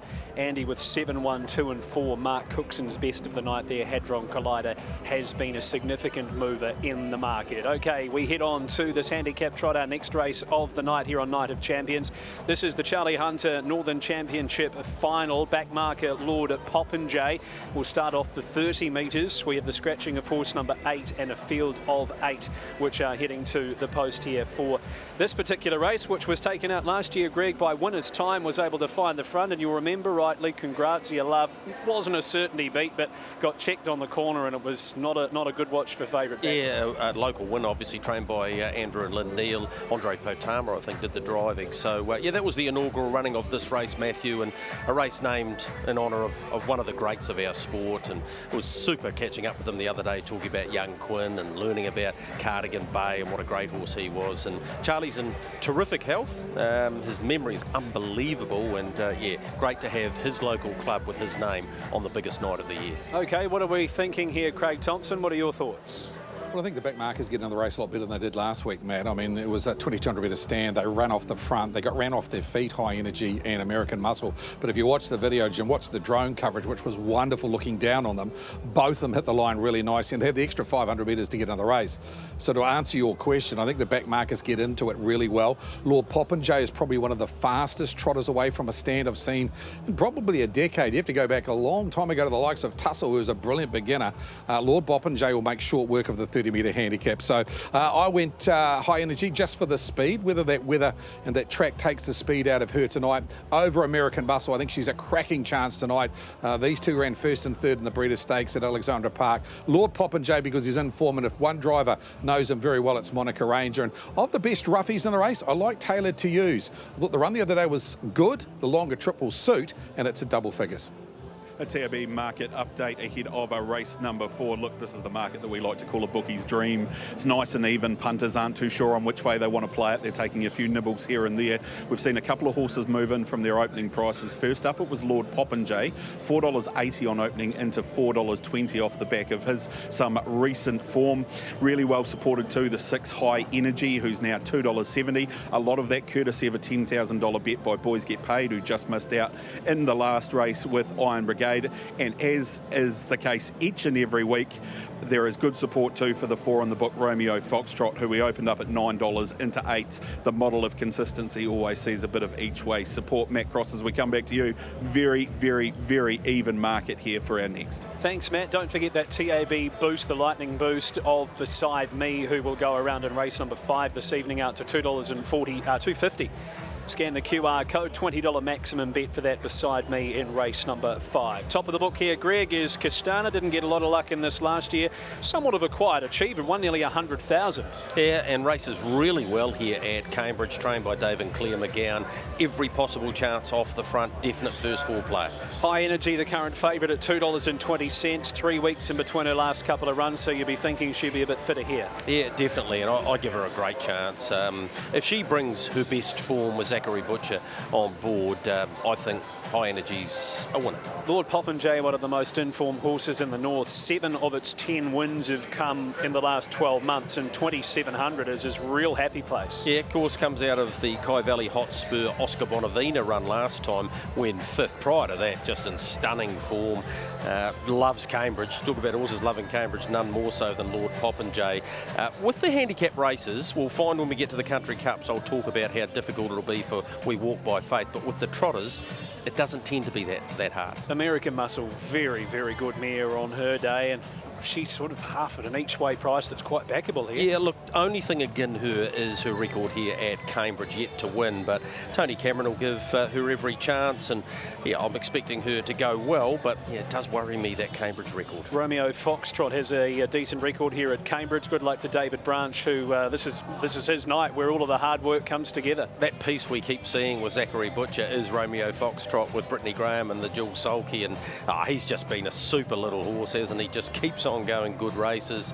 I mentioned that Kai Valley Hotspur race, was 4th in that 2 starts back, and then last start behind Courmayeur. I'm not counting him out here. And Taylor to Use is at $12, 3rd in this race last year for a very well-accomplished horseman, Todd McFarlane, on board for Dave and Claire McGowan. Yeah, exactly, and this horse always races well. No reason to think that he couldn't finish in the top 4 or 5, and yeah, the old firm, Todd McFarlane and the McGowans, special force. Brittany Graham, how is Zachary Butcher feeling? Well, let's find out, Matt, as he drives the 6 here, High Energy. She's unlucky, the best way to describe her last week. Zach just had nowhere to go, but did she feel as though there would have been something if she did get the gaps? 100%. The 2-2, you know, they can all step pretty quick, and we got back in the field and we got stuck behind a few. So, look, she was strong to the line. I definitely think the 2-7 suits her a bit more, and you know, tonight there's a few less horses in there, so a few less to get round, which should aid in our chances. What about the track with these trotters? Can we trust her? I think you can trust her. The only one you can't trust is probably me, Brittany. I can be a little bit rusty at times, but we've got her away to the last couple, so fingers crossed if we get the start right, she should trot pretty solid the rest of the way. Good luck. Thanks, Brittany. Zachary Butcher there, Aaron White. Yeah, thanks, Brett. I'm going to go with the back marker, Lord Popinjay. He seems to get off the mark in really, really good fashion. If he does that over the 2,700 metres tonight, Posy up in a nice spot. Castana interests me off the front tape. Might get a nice cushy run for Taitlin Hanara tonight. American Muscle, of course, is the Northern Trotting Breeders' Stakes winner. And yes, you've got to have High Energy somewhere in the mix. 9, 1, 7 and 6 for me. Very well back to High Energy now into $2.30 ahead of race number 4. So it took the punters a while, but they finally settled on one, and it is the Barry Purdon and Scott Phelan trained runner.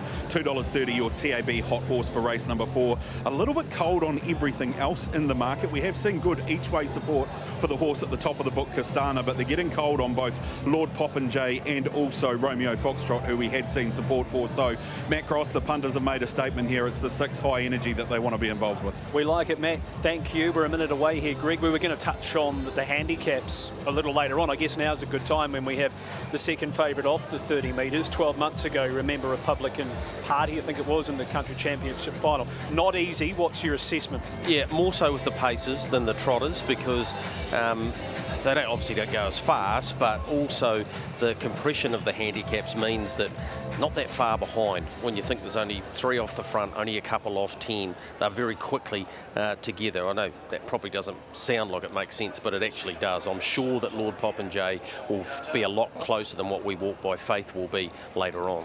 All right, you're with 6, 9, 4 and 1? Yeah, I think High Energy can win the race. I know the boys get paid are on, and obviously other people are as well. $2.30, a very big winning chance. I actually think first and second favourites here stand out that much that you can have a decent play on the Quinella here. Tuning in very shortly for the Charlie Hunter Northern Championship final, 2:30, High Energy the favourite. Here's Aaron White. Trotting championships with Young Quinn and Castleton's Pride. So these runners about to turn in. Barrier strands release, and they're off from the 2,700 metres. And they're all down and trotting in the early stages here, and Castana off to the early lead by 2.5 Boss Kenny, then Sans Au Revoir, and moving forward Romeo Foxtrot quickly up on the outside. 2 lengths Tailad to Use, then American Muscle. High Energy will settle in front of Lord Popinjay. The Charlie Hunter Northern Championship Trotters final as they work off the back, and Romeo Foxtrot around to the lead here now from Castana. Sans Au Revoir left parked. Back on the inside Boss Kenny and Tailad to Use 1-1. 1.5 lengths American Muscle, and they're followed then by the race favourite High Energy with Zachary Butcher second last, and Lord Popinjay. Monica Ranger whips them in as they trot through the home straight. Romeo Foxtrot with Tony Hilly. Down to the judge with 2 to make here from Castana in the trail, and just moving forward up on the outside now to be second in park, Sans Au Revoir and Harrison Orange, giving a beautiful trail here to Tailad to Use, Todd McFarlane 1-1. Boss Kenny 3 back on the inside, then came American Muscle, the Northern Breeders winner, with 2 behind it, and those 2 being High Energy and Lord Popinjay. So they stride up into the back to complete their first circuit here of the Charlie Hunter, and the leader Romeo Foxtrot a length. Up on the outside Sans Au Revoir with the lead up time in 1:27.6. Back on the inside, Castana and Taitlin Hanara enjoying the perfect run in the box seat, and 1-1 at stablemate Tailad to Use. Boss Kenny 3 back on the inside here for Peter Ferguson as they work across the top. Then American Muscle, Tony Cameron, and the last pair High Energy being patiently handled by Zachary. Waiting for any moves from that Lord Popinjay. They work off the top into the home straight, their second occasion, and it is Romeo Foxtrot leading. Sans Au Revoir up on the outside, and back on the inside Castana. The opening quarter's been cut out in 30.6, and in the 1-1 Tailad to Use. Back on the inside Boss Kenny. Back in the field, but one off the inside is American Muscle as they get to the judge with a circuit to go. Then High Energy and Lord Popinjay 8 lengths off the lead as they get out to the final 900 metres on the showgrounds turn. Romeo Foxtrot leads from Sans Au Revoir on the outside. Castana's enjoyed a lovely trailing position. The second quarter here cut out in 30.4, and in the 1-1 Tailad to Use. Boss Kenny trapped away 3 back on the pegs here from American Muscle. High Energy still with 6 to 7 lengths to make up, and Lord Popinjay's on its back as they get to the end of the back straight here. Romeo Foxtrot leads by a length. Sans Au Revoir, Castana waiting the TFS Horse Transport passing lane, then Tailad to Use. Here's High Energy taking off now around American Muscle, 2 lengths Lord Popinjay. Boss Kenny's drifting out of it, the back straight quarter 29.7 as Romeo Foxtrot brings them onto the turn. Castana, High Energy's out wider. Lord Popinjay getting right to the outside, homeward bound Romeo Foxtrot, Castana, High Energy, Lord Popinjay starting to thunder home down the outside. Romeo Foxtrot, Castana, High Energy, and Lord Popinjay. Romeo Foxtrot tries. Romeo Foxtrot, and what a night for Romeo Foxtrot to win on to. Congratulations to all behind the scenes here that have put a wonderful night together, and most of them in the ownership of Romeo Foxtrot. Castana second, and third over was High Energy, then Lord Popinjay, American Muscle. Further back Tailad to Use and Sans Au Revoir. Boss Kenny to be the last. 3:27.49 off the front. The final quarter here in 29.2 and 2:03.6 was the mile rate. Tony Hurley here for Susan Branch. David Branch in the ownership here. Ash Hopping as well, along with a lot of the staff behind the scenes that have made our Night of Champions a success for, well, 3 years so far, and we're into our 4th year this year. And what an apt night for Romeo Foxtrot to get the prize. Castana will be the runner-up. High Energy's been a good run in third, and Lord Popinjay to make up the first 4. What a little ripper he is, Romeo Foxtrot. We were watching David Branch.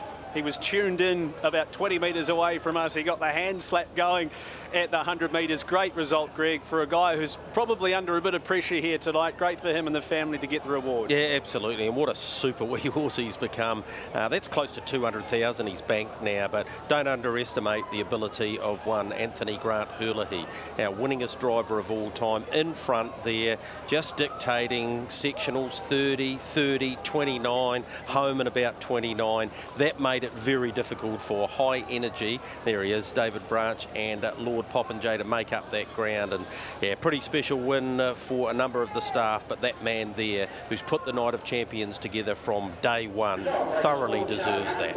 A.G. Hurley, our most winningest driver, or one of them, with Brittany Graham.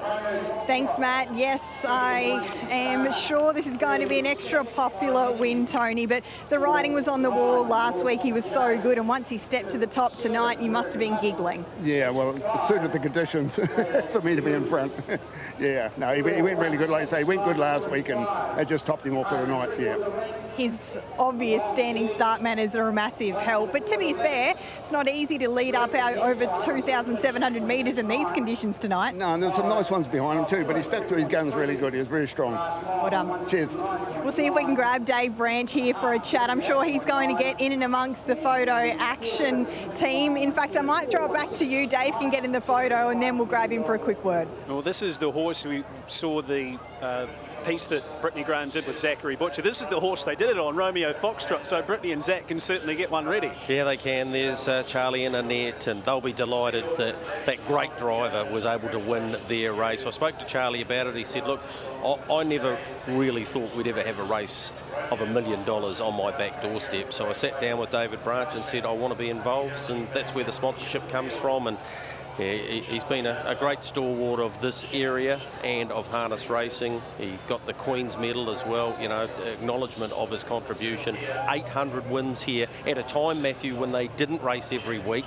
And then he and Brian Meal basically started the export of the harness horse over to America. So, yeah, pretty special win for the locals here. And the same was last year with Andrew and Lynn Neal winning it. So, yeah, the Cambridge crew getting it done in their race. Really good feel-good moment here, Brittany.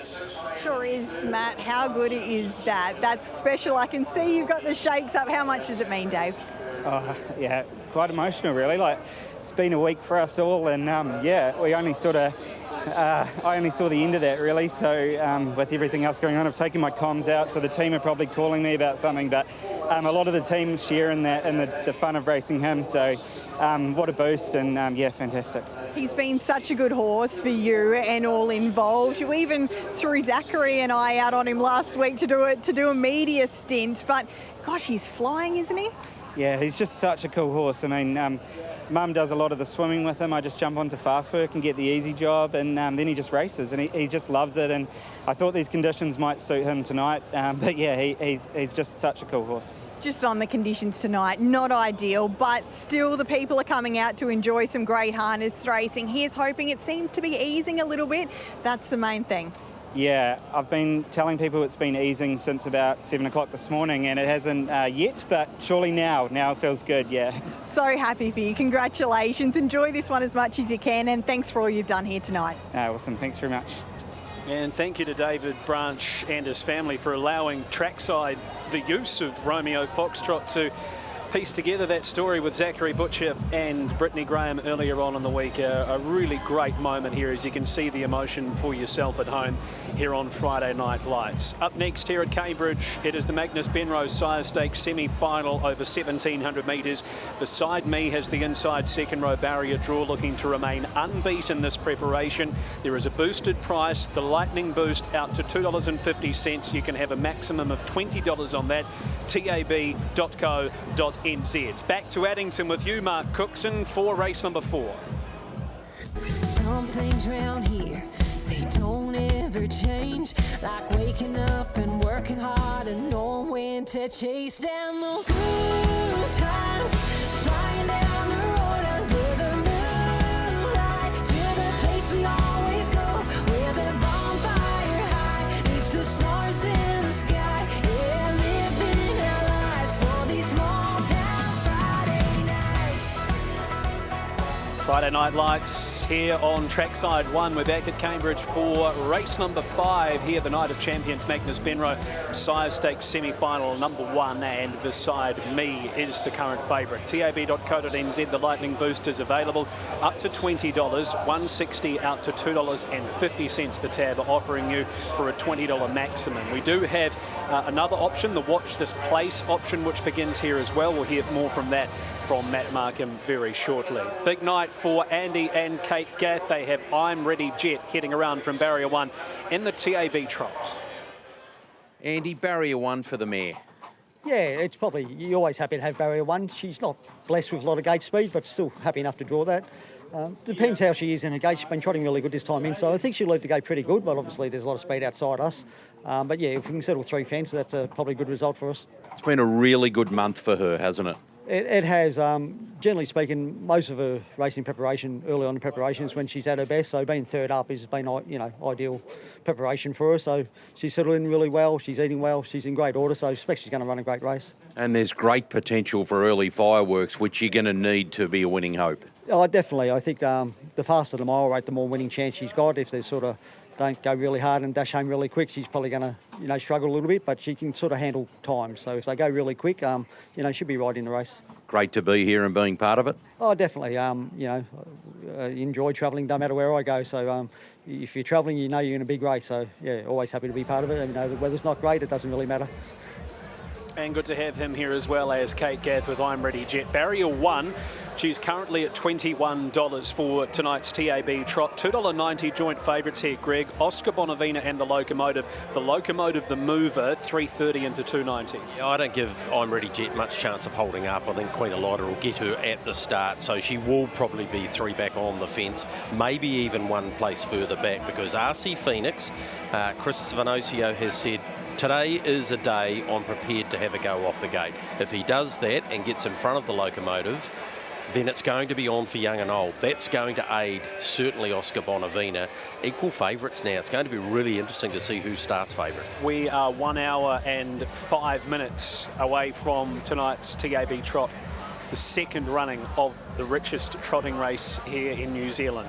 TAB Lightning Boost, get your phone out, iPad out, scan the QR code. They're going to give you $2.50 right up until start time. Maximum bet of $20. She heads around from the inside second row. Matt Markham will come across to you. You've got the Lightning Boost for us, and you've also got another one here, the Watch This Place option kicking off. Yeah, well worth getting involved, particularly if you're a fan of Mark Purdon and Purdon Racing, because it is as simple as Without You, Chase a Dream and Oscar Bonavina all finishing top 3. You get a boosted price, $7.50. You'll find that on the Futures tab, along with the Lightning Boost, all our early crows. Will the New Zealand records be broken in our feature races today on the Futures tab on tab.co.nz. In terms of this market for race number 5, boy, we've seen a massive push here for the horse at the top of the book, the one Without You, now into $4.50 off the back of those really confident words that Greg O'Connor has relayed to our viewers here tonight on the Night of Champions. I'd expect that price to become even shorter by the time we get to race start time. What it's meant is we've seen a drift out for our favourite beside me. She's out to $1.65 from the inside of the second row. Well worth having to play at that Lightning Boost. Craig the Whale Thompson, as we come to you, how did you map things happening early for our red hot favourite here? Well, Matt, on Wednesday morning when we did our profiles for these races, I thought Without You will use the gate. It's drawn 8 and 10 last start, and it gets a preferential 1 draw tonight, which it can really use. I think it and Winelight are the obvious 2 to come off the gate, but I think Without You will try and hold up initially as far as it can, depending how much pressure Winelight and Arafura put to it. But I think she gets her chance tonight, especially on the top 2 option of running 1-2.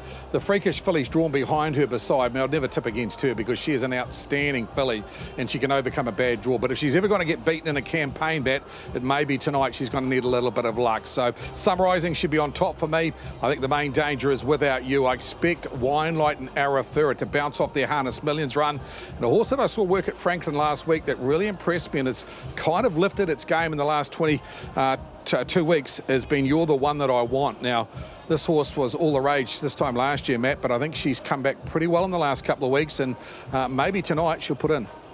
Well, I remember saying prior to her last start run beside me pretty much what you've said about this race. If she was ever going to get beaten, it was starting from the second row over 2200. Didn't matter, snagged back, launched, pace better than 240 and blew them apart, smashed them apart.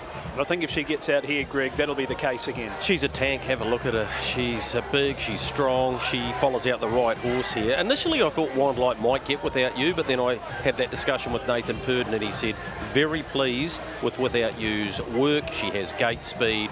We're going to take our chance. I'm going to try and hold the lead. Yes, I'll have probably the best 3-year-old filly in the country on my back, but if I hand up, then I might not be able to get the result that we want, which is a top 2 here. Right, and it's a great opportunity to do so. I think the negative around Beside Me, as I mentioned to you before, is the left-handed way of going, not as comfortable this way around. You see she wears a pole on the near side, smaller track, big horse. If there was something to trip her up, that's probably it. But I just think she's going to get there on raw ability, and in about 8 minutes' time, we could be sitting here saying, how'd she pay $1.65? This horse looks bright though, doesn't she? It's really as a fiddle. Looks fantastic Without You. She's got plenty of breeding. She's owned by Jean Feast. She's looking for another win here tonight out of River Polka, who was an exceptional race mare. All right, so that's the 9 and the 1, the 2 favourites in the market. Number 3 is Wine Light. Does Wine Light have the pace to cross Without You, or are we just thinking it's a shoe-in that Without You holds everything out? Well, she's very fast, Wine Light. I don't doubt for one and there's moment. a bit on offer here as well. We've got to remember that. It's a semi-final and it's $50,000. I expect Tony to come out. He might quickly sum it up and look across at brother-in-law Mark and go, well, the lead's not going to be there, so will he wait for an Arafura to come and take the park position, then sit in the 1-1? Potentially. I think you have to have her in your top 3, but the proviso is that she doesn't get left parked. Arafura's form is as good as you'll get, Greg. 6th first up, didn't get all favours, and then went down fighting like a caged tiger and behind probably the equal best filly in the country, Stella Rouge. Well, we've just seen this stable with Hadron Collider get the job done in the previous. Going super, aren't they? This team of Hayden and Amanda Cullen. You're right, and she looked as a 2-year-old like 3-year-old was going to be her friend, and have a look at her. She's very, very strong. She was great behind Stella Rouge, only going down in the Harness Million. Just where she maps here, where do you think she might posse up? I reckon they'll go forward. They'll have to go forward. With it being a semi-final, it's not a case of going back and just poking around for a run. As I said, there's a lot on the line here. These horses have to finish in the best possible position so they can secure their spots in the final. She's shown she can get up on speed. 1700, you go back, you're going to settle in behind Beside Me. I reckon they have a crack with Arafura at the start. At worst, has to go around and race parked, and therefore a great option. Now, are we forgetting how good this filly is? You're the one that I want. Well, I don't think you should forget. 3 starts back in December, she was beaten by Chase Me. That was in the $100,000 night. And look, her 2-year-old form was exceptional. She has had a few issues, part trained by Scott Field, who's in the bike tonight. I don't know that she can beat this field or indeed win one of the big ones this year, but we'll find out in the next month or so, because there's plenty of opportunities for her, and she gets another one tonight. And she was likely to be in need of that first up run and behind Beside Me. 84 days in between, has been back to the workouts, won a workout last Thursday, home in 58 and 28, zipped up pretty stylishly to win that. Speedtastic, the Caduceus Club winner, she's 4th up. Yeah, Group 1 winner. Look, her 3 runs have been very good, Matthew, and she's got a draw to operate from again here. She's got Peter Ferguson, Peter and Vaughan Blanchard, and I wouldn't count her out. Brittany Graham, you've seen a few good horses up close, and she's a pretty talented filly. What are your impressions of her physically? Yeah, she's magnificent, isn't she, Matt? She's got size and scope on many of her rivals, but to be fair, there's a few lovely fillies out here tonight, as you'd expect. Carter, big atmosphere. She's only very lightly raced. How's she coping with it all? She's really good. She was a little wound up in the stabling area, I will say, but out on the track she's lovely, so yeah, I'm happy. Barrier draw doesn't look kind. What's your gut feeling on what you'd like to do? It's not pretty. Got a 50% chance of getting it right or wrong, so I'm happy with my odds, but I'd be very surprised if Mark didn't hold the front, so I'll probably stick the rail, but that can change. And how will she get around Cambridge, do you think? She'll absolutely fly. Good luck. Thank you. Very confident Carter Delgetti as I jump down here to have a chat with Mark Purden aboard the one Without You. She's a filly on the way up, there's no doubting that, and she's got her own fair share of ability, and she's got a great draw, Mark, so can you take advantage of it? Yeah, she's been unlucky in a couple of the big ones with outside draws, so tonight the tables are turned and she gets the best draw. The short run to the first turn, will that help her? How would you like to drive her? If you had a perfect scenario, what is it? Well, I'll ask her to come out as good as she can, and we'll see what happens after that, but I'll be just as happy to stay there if it worked out that way. She's going to run out a strong mile here tonight? I think so. The track, John Denton and the team here have got the track in amazing order for the rain we've had. Do you sense what's happening behind you and change your mind depending on where Beside Me is, or do you have to drive your own race? Well, you drive your own race, but yeah, you just wouldn't want to let anyone go just for the sake of putting a one back. Good luck. Thanks, Brooke. Mark Purden there as we clear the track and head up to Aaron White ahead of the 5th, this first semi-final for the 3-year-old fillies in the size stakes. Yeah, interesting thoughts around Mark Purden and, of course, Carter Delgiddy. I'm with Carter with Beside Me. Looking forward to seeing this down by the seaside filly fly around Cambridge Raceway like she did at Alexandra Park. Wine Light, I like her form, as to the stablemate Arafura. Without me, without you off the inside, is going to have that gate speed to hold up. 9, 3, 6 and 1. Matt, what does the market say? Certainly holding steady, Aaron White. Thank you very much for that. Look, $1.65 Beside Me. She's holding very firm at that price. She is our TAB hot horse. I wouldn't be surprised if the late money sees her click into $1.60. Without You, after that good move from the $6 quote, now holding steady at $4.50. Look, Matt Cross, as I come back to you, if there was, the punters were telling us anything leading into race number 5, it is that the 3 Wine Light is our best each way play here, narrowing to $7.50. You could have got $10 3 minutes ago. And being 1,700 metres, there's not too many that can get one off the arm than A.G. Hurler here, and I reckon if he finds the top here and gets there easily enough, she's probably a decent each way hope. And with Beside Me being 3 back, if they run home in 56, could be hard. I was buoyed by what Mark Purden had to say, though. He wouldn't just let one go to put the favourite a further spot back. So if you're taking the 1-9 Quinella, then I wouldn't be too perturbed by that. Start point here of the 1700s, different to the 16. It's only 100 metres to the first bend from that 16, so it is a longer run than we saw last week in those mile races. I do expect Without You and Wine Light to be the hottest off the gate, with Without You with the advantage on the inside. Magnus Benroe once again and behind the 3-year-old fillies sires stakes as they score up. Can Beside Me overcome the inside second row barrier draw? Will Without You hold up? Will there be any gate speed? All of those answers coming up with Aaron White. Yeah, thank you, Matt, with these runners working into the back. The 3-year-old fillies for the Magnus Benroe Sires Stakes. Semi-final number 1. 1,700 metres, 1 3/4 laps. We're there. Green light, they're off. Without You with good gate speed, You're the One That I Want comes forward. Wine Light is pressing forward as well. Beside Me is trying to hunt up on the inside of Always Be Magic, and out wide Arafura's looking for a piece of the early action as well. Princess Gracie gets back with Debbie Lincoln. All it's to be the last as they come off the back here. So Without You does hold up the lead. Arafura's moved to second and back on the inside. Beside Me has the leaders back, and 1-1 Wine Lighters are about to work into the home straight. You're the One That I Want, 3 back on the inside. Beatastic's gone for a gallop out the back, interfering with Debbie Lincoln. In 6th here as Arafura's about to take over. Now the quarter's not coming up on the board for us here, so we'll leave those alone. So 1,000 metres left to go, and Arafura is now on top. Without You in the trail, and Wine Light third and parked. Always Be Magic 1-1. Beside Me is now 3 back and buried on the inside, and they're followed You're the One That I Want, 4 back on the inner. To its outside, Princess Gracie from Orlettes, and 2 lengths away in the field. Then the next was going to be Debbie Lincoln, and well out the back, Beatastic. So through the back straight they go. Arafura leads here by a length up on the outside. Stablemate Wine Light now. Beside Me, Carter's got it away from the pigs. Got up out 3 wide outside the leaders pretty quickly here. Without You waiting the TFS Horse Transport passing lane. Princess Gracie on the outside of You're the One That I Want. Always Be Magic well back with Orlettes. Drifting away, Debbie Lincoln off the back. Arafura goes to war tonight with Beside Me up on the outside. 2 lengths then to Without You as they get to the top of the home straight. Arafura travelling nicely here. Beside Me, what have you got back on the inside? Without You, You're the One That I Want, drawing to the outside. Arafura Without You, Beside Me can't get them. Leader Arafura Without You through on the inside. Without You and Mark Purden with the aid of the TFS Horse Transport passing lane takes the first semi-final of the Sires Stakes for the 3-year-old fillies. Arafura game run and defeat. Beside Me, she'll be third. They were followed You're the One That I Want. Then Princess Gracie, Orlettes running on. Further back was Wine Light, and they were followed in by Always Be Magic. Debbie Lincoln and Beatastic got it wrong. Will be the last one across. Leave the times alone. That won't be right on the board. Number 1 Without You. Gene Feast will pick up another winner on the program tonight. Beautiful Mark Purden drive. Early lead handed up to Arafura, and has pinged it on the passing lane here.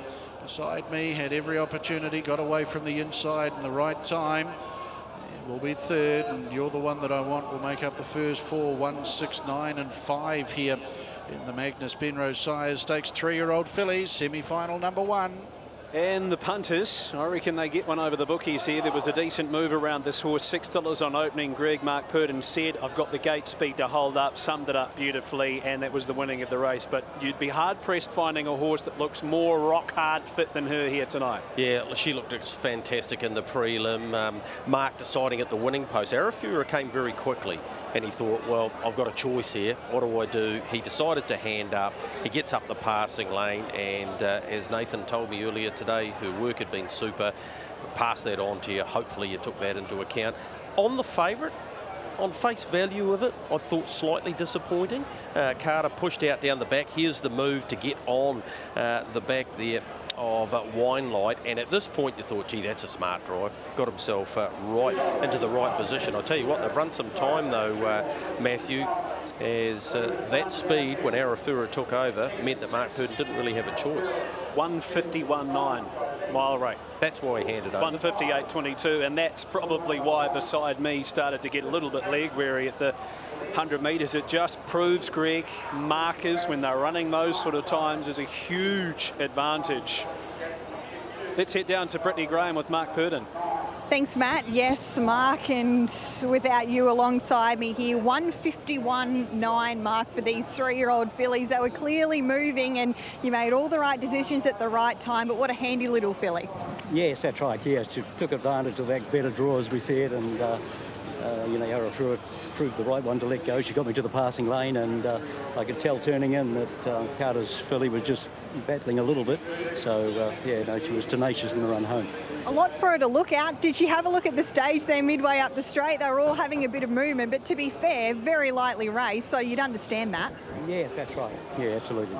What about the boys tonight later on in the big ones? How are they? They're really good, yeah, really happy. We've had a good week since last Friday here, and very happy with them. Good luck for the remainder. Well done here. Thanks, Brett. Mark Purdon, their trainer and driver of Without You, taking out the 5th here tonight, guys. Wow, what a group of fillies. I think they're going to have some great stoushes in the next little while. Thanks, Brett, and bearing in mind here, Greg, the track conditions, previous record, well, the record stands with Darling Me, 157.8 for the 1700. That's a pretty decent. That was at Ashburton, not on a dry day. Yeah. Gee, you've got to take your hat off to the track staff here, Michael Douglas and the team. They really have done a magic job to have it in the condition that it is, and this is very much similar to what we found last year with similar conditions, and Merlin came out and smashed the New Zealand record, so they're going to fly even though the weather hasn't really let up. Arafura this campaign, she's doing all the donkey work. She deserves one, doesn't she? Yes, she does. She's going super, and you know, when they're running those times and she's able to you know, do what she was in front, she did all the bullocking work. She's going to get a big one. And I'm not dropping beside me. No, I don't expect you to drop her. When you hear the time, it's probably no surprise that she didn't quite get there to win, but the two in front of her, they did a bit of work too. Go so fast. Slow your roll down, baby. He said, got him a little girl. She ain't no cruiser like I am. Well, you know she ain't the one. Well, there we saw one David Butts, part owner of the winner there of the previous at Addington in Forgiveness. Here is the view from his son, Robert John, known as Bob, who drives the favourite in Got the Chocolates in the first semi-final for the Garrard Sires Stakes at 3-year-olds off barrier number 2 for the Diamond Racing Stables team. Matt Markham, Bob getting the best seat in the house there aboard the favourite. Are the punters all over him, or is there money elsewhere? Yeah, you could say there's a lot of pressure on Bob Butt here, Matt Cross. Thanks very much. In terms of dollars invested tonight on the Night of Champions to this point, there is no other runner better backed than Got the Chocolates leading into this next race. Opened $1.60, now into $1.40. We did take a $10,000 bet early on in trading at that $1.50 mark, so very, very heavily supported. Multis have sort of come unstuck so far tonight, but plenty getting back involved and starting off new multis as we build in towards our features. It's not all one-way shopping though, Matt, as there has been a big move in the last 10 minutes for another runner, and that's the 3 Midnight Mickey. $6. The Mark Purdon supporters are starting to climb out of trees. trees. They backed this one into $4.50, and it is continuing to close here. Craig the Whale Thompson, as we come to you. Looks like a two-horse market. How'd you see things unfolding out of the gate? Well, I thought if Got the Chocolates was to get beaten tonight, it was Midnight Mickey with an upgrade in draw here on what his last start performance was, Matt. I thought it was absolutely outstanding. He's probably not a true 1,700-metre horse, but his toughness, if he can get outside Got the Chocolates and make it into a true staying test, I thought he was the best value of the night. I thought $6.50 was really okay, $4.60 at the moment. Got the Chocolates, got the draw to go forward. I thought Better's Anvil out at $20 now, Matt, from out wide. Gee, I'm not sure if they roll the dice and roll forward, but it used a good draw last start. And of the rest, Captain Samson, 55.1 last half the other day. Maybe the forgotten horse because of the draw, but look at him as a big improver from last week's run. Well, surely if the bookies are up for the night, they can give us a bit better than $1.40, Greg. Well, most expecting him to roll 40. He has good early gate speed. He was exceptional at 2. He's brought that to his 3-year-old career. He's been beaten by probably the 2 best in the land, Ribera and Marketplace. I expect him to lead and win here. I did speak to Nathan Pern about Midnight Mickey. He said, we're not putting earplugs in. I want him a lot more alert and sharper. So that's a minor gear change for him. And he said his work's been very good. Here's the view, Bob, with a couple of key drives in the back end of the program. This one and, of course, Bet in Win, who he will be very much more dictated to than what he is here. Stablemate drawn 1. You think the lead's there if he finds the top. Is there any pressure at all? Oh, I think there'll be pressure. The horse that has impressed me, and Whale touched on it, is Better's Anvil. He had the right draw, it appeared, in the Harness Million last time. Ended up 3 back on the fence, but gee, hit the line strongly. I expect him to be very competitive here. Midnight Mickey had a tough run in the Harness Million. Yeah, he did, and he's got a huge upgrade here in draw, so I would expect Mark to have him up on the speed. Look, clearly this team is in sublime form tonight. They've won the 2-year-old, the 3-year-old girls, and now they get an opportunity in the 3-year-old boys section. And that is before we get to our 2 biggest races, the race by Betcher and the TAB Trot. Yeah, everyone I've seen tonight in the All-Stars colours, none of them are carrying any extra pudding. They're all rock hard fit. Well, we know now that Nathan's going to be based at Pukekohe and Stephen Reid's old barn, and Dad's heavily involved in the training operation, as we know. So, and he's driving as well, I'm not going to say as well as ever, because he's been a great driver through his whole career, but he'll put this horse in the right place. Captain Samson, I thought, was awesome first up. He was, and he was very, very good going into the Sire Stakes final in Christchurch. That trip didn't quite turn out for him. It's going to be extremely hard over the short course here, though, Matthew, from the outside of the second row, with the quality of horse that's going to land on the markers in front of him. Brittany Graham's trackside. Thanks, Matt. Yeah, it's a great race, despite it being stifled by one runner. There's some really top quality 3-year-old boys here, including the 8 Better's Anvil. We went out to Stonewall on Wednesday. Tim and Steve was big on this horse. Are you as confident despite the wide draw? Yeah, probably just the draws, the flying the ointment, Britt. He's 2 runs back, this time being super, so you like to think he's nearing sort of peak fitness now, so yeah, I'm sure he'll go a cracker tonight. How do you overcome it? Look, we'll punch out early. I'm not saying we'll cross them, but yeah, we'll come out a little bit and see where we end up, but hopefully it's a long way forward. Good luck. Cheers. Tim Williams there. Here's some more gate speed with Zachary Butcher. This guy flew off the arm last time out. Zachary, do we do the same here or do we change tack? I think we've got to do the same. Fence looks good tonight. Hopefully we can get there. Good luck. Zachary Butcher there, and let's grab the last word from Bob Butt with our favourite, the 2 Got the Chocolates. It looks a really positive barrier draw. His effort last time out was super. Bob, you're aboard. No issues here, straight to the front. Is that the plan? Hopefully, Brett, works out that way, but yeah, probably no Marketplace tonight. Makes it a bit of an easier story for him, hopefully. Right, let's clear the track here as they're being called up into line for this 6th event. It's the Garrard Sire Stakes for the 3-year-old Colts and Geldings team. Any late information to pass on? Ollie Roger come forward. Second line of Captain Secret, Runkle Crunch and Captain Samson. So going to go with Got the Chocolates with the right draw. Midnight Mickey, as we said, he's got a real good upgrade in draws here tonight. He's good enough to sit outside Got the Chocolates and give him a good race here. The 11 Captain Samson only take an improvement out of that fresh up run, and Carrera Hombre. The runners into the back, 1700 metres. Garrard Sire Stakes, 3-year-old Colts and Geldings, semi-final number 1. Just about at dispatch. We're there. Green light racing. Level line it is. Got the Chocolates barrier 2 with plenty of early pursuers.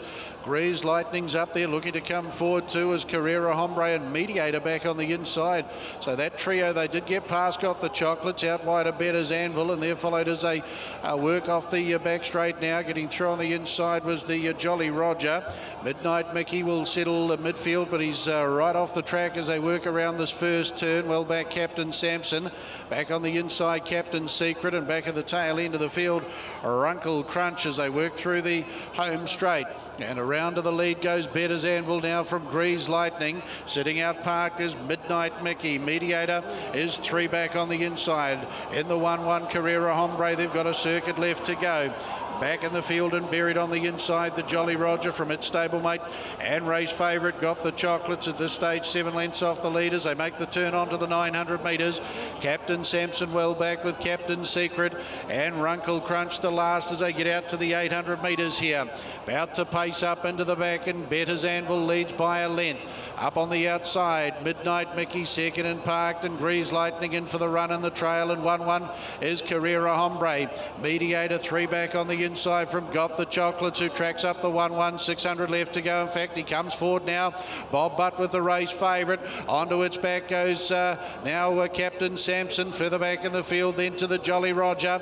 Back and buried on the inside, Captain Secret out wider, Runkle Crunch 400 metres out, and the leader Better's Anvil up on the outside. Midnight Mickey Got the Chocolates 3 wide on these. Grease Lightning waiting for the TFS Horse Transport passing lane as they come for home now. Better's Anvil a length and a quarter. Grease Lightning Got the Chocolates. Midnight Mickey Mediator further back in the field. Captain Samson.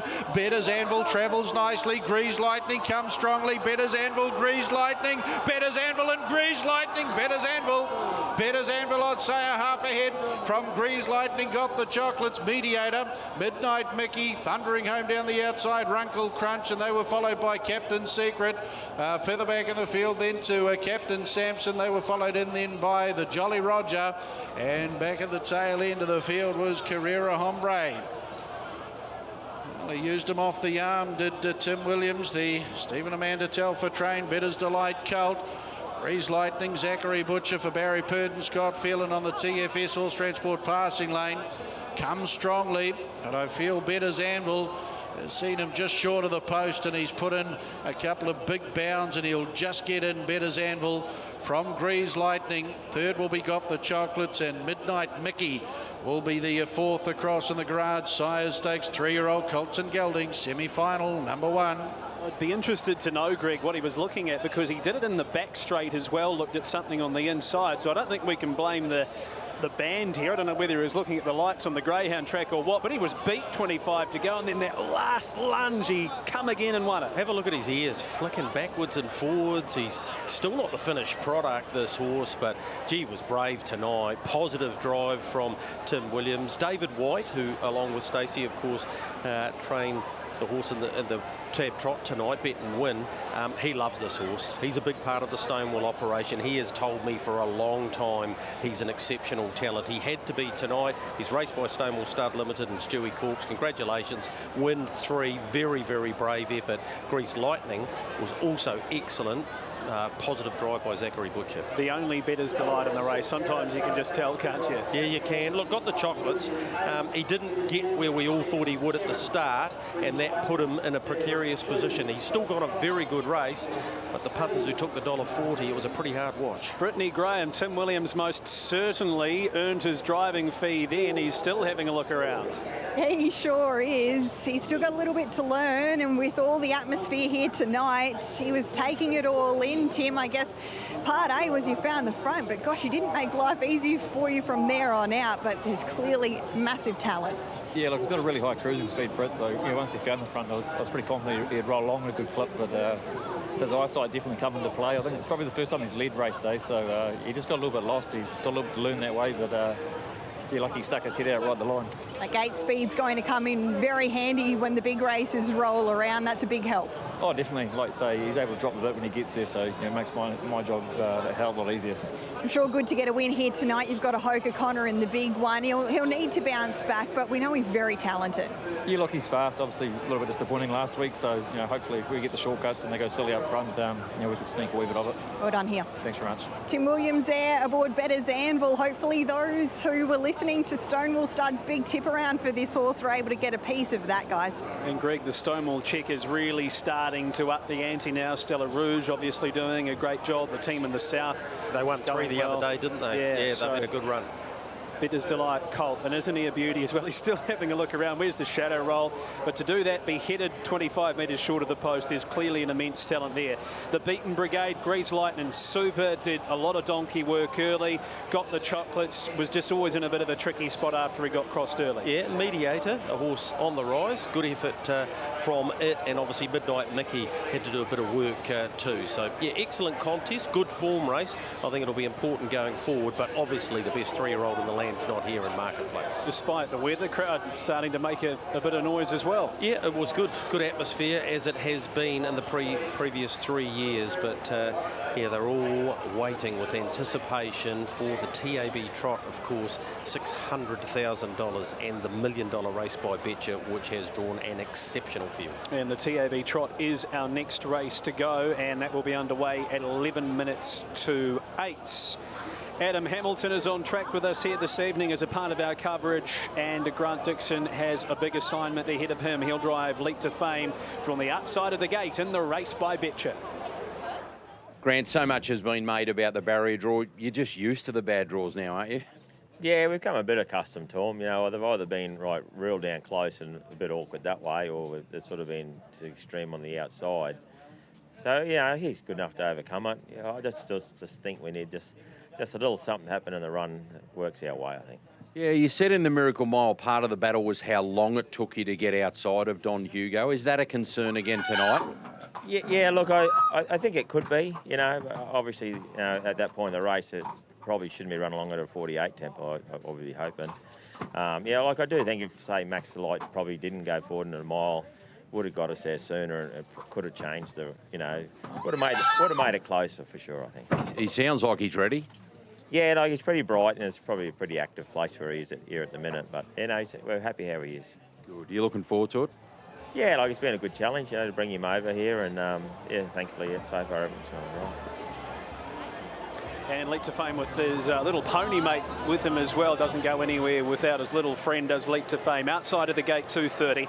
Don Hugo at $2.50. Boys Get Paid have $40,000 resting on him. Double-figured runners, $10 for last year's winner, Merlin. $12 for Republican Party, who was first emergency for the race by Betcher here 12 months ago. And Chase a Dream drawn the inside second row, $13. Now, Greg, we've seen both Oscar Bonavina and Chase a Dream be pre-race warmed. That's kind of a popular thing here in New Zealand. We used to not really see it, but Mark Purden's getting right behind it, brought them both out and give them a good burn along as well. Watch Chase a Dream. Gee, he looked fit. I didn't see him pre-race warm last week, and I was told Mark really sent him on a mission. Then came in, made a few gear adjustments. He's tinkered with the shoeing again this week, which is remarkable, but it's so Mark Purden, isn't it? 151 last week, and he starts mucking around with these shoes, but he needs a lot of luck from the inside second row.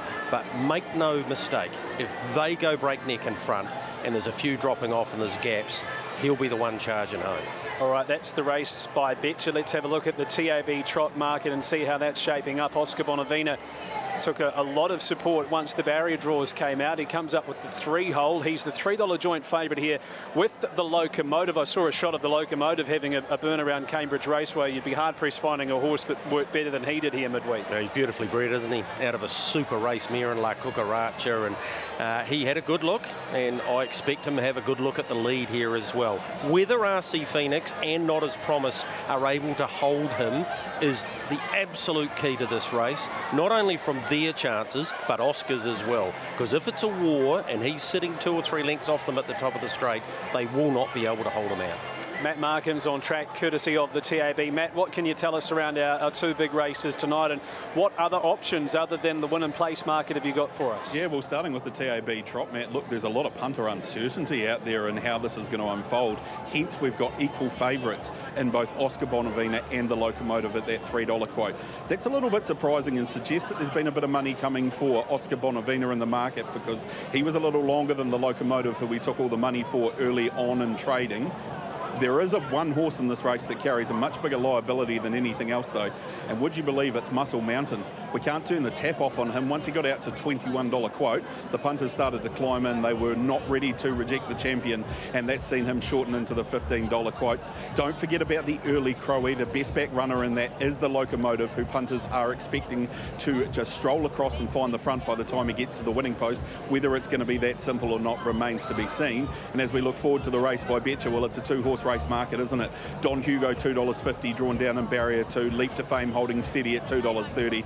I would expect those Australian horses' prices to shift considerably as we close in on race start time and our Australian friends start to join the coverage and get involved. Craig Llewellyn-Thompson, as I come to you, make sure, punters, that you do get involved in those top 6, top 5 markets. And of course, we have that New Zealand record for the race by Betcher, 2:35.1, Merlin's time last year. There is a market open whether they can better that or not this year. How do you see things unfolding early in our TAB Trot? Is the $1.60 for the Locomotive a fair price?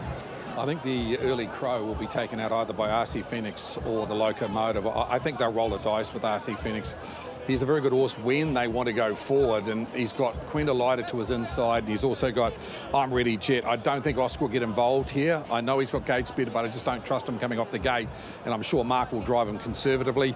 I think RC Phoenix is the most likely to get there first, and the Locomotive will come with him. Those are two in the early Crow. Out wide, Muscle Mountain. He tried it from out wide, if you remember, in this race, Matt, last year. He tried to get across and he ran his race early on. He got parked out and pushed back. So for me, I settle on the Locomotive. I think he's a better horse in front. If he finds the front, he's the horse to beat.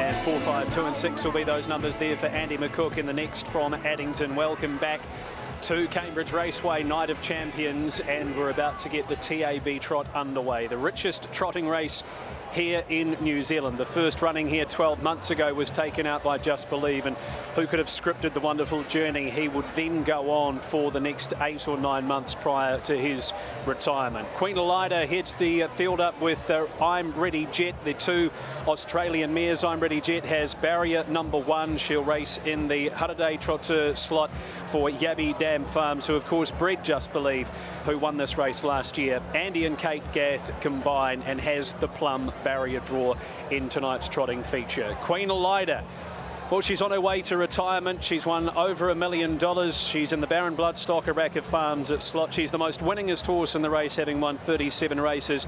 And the puppet, Chris Elford, drives for expat Kiwi, now Australian Brent Lilly, who's already had a winner here tonight as an owner. Oscar Bonavina for Mark Purdon and Chris Ryder in their slot. They own the horse as well. You'd be hard-pressed finding a trotter who can sprint faster than Oscar Bonavina. What does he do from the draw? RC Phoenix for Chris Spinosio heads around once again in the TAB Trot, and he races in the Aldebaran Park slots. Runner number 5 is not as promised, put up a gutsy second here in the Trotters Flying Mile and behind Oscar Bonavina. He will wear the Dunstan colours, with Queenslanders Graham Dwyer and Nathan Dawson combining. The Locomotive, can he find the front is the big question. Brad Hewitt, he's told us he's heading there. He's the current joint favourite, Inter Dominion winner. If he finds the lead, who beats him? Muscle Mountain, the big M for new training combination. Greg and Ben Hope. Ben tasked once again with the widest barrier draw.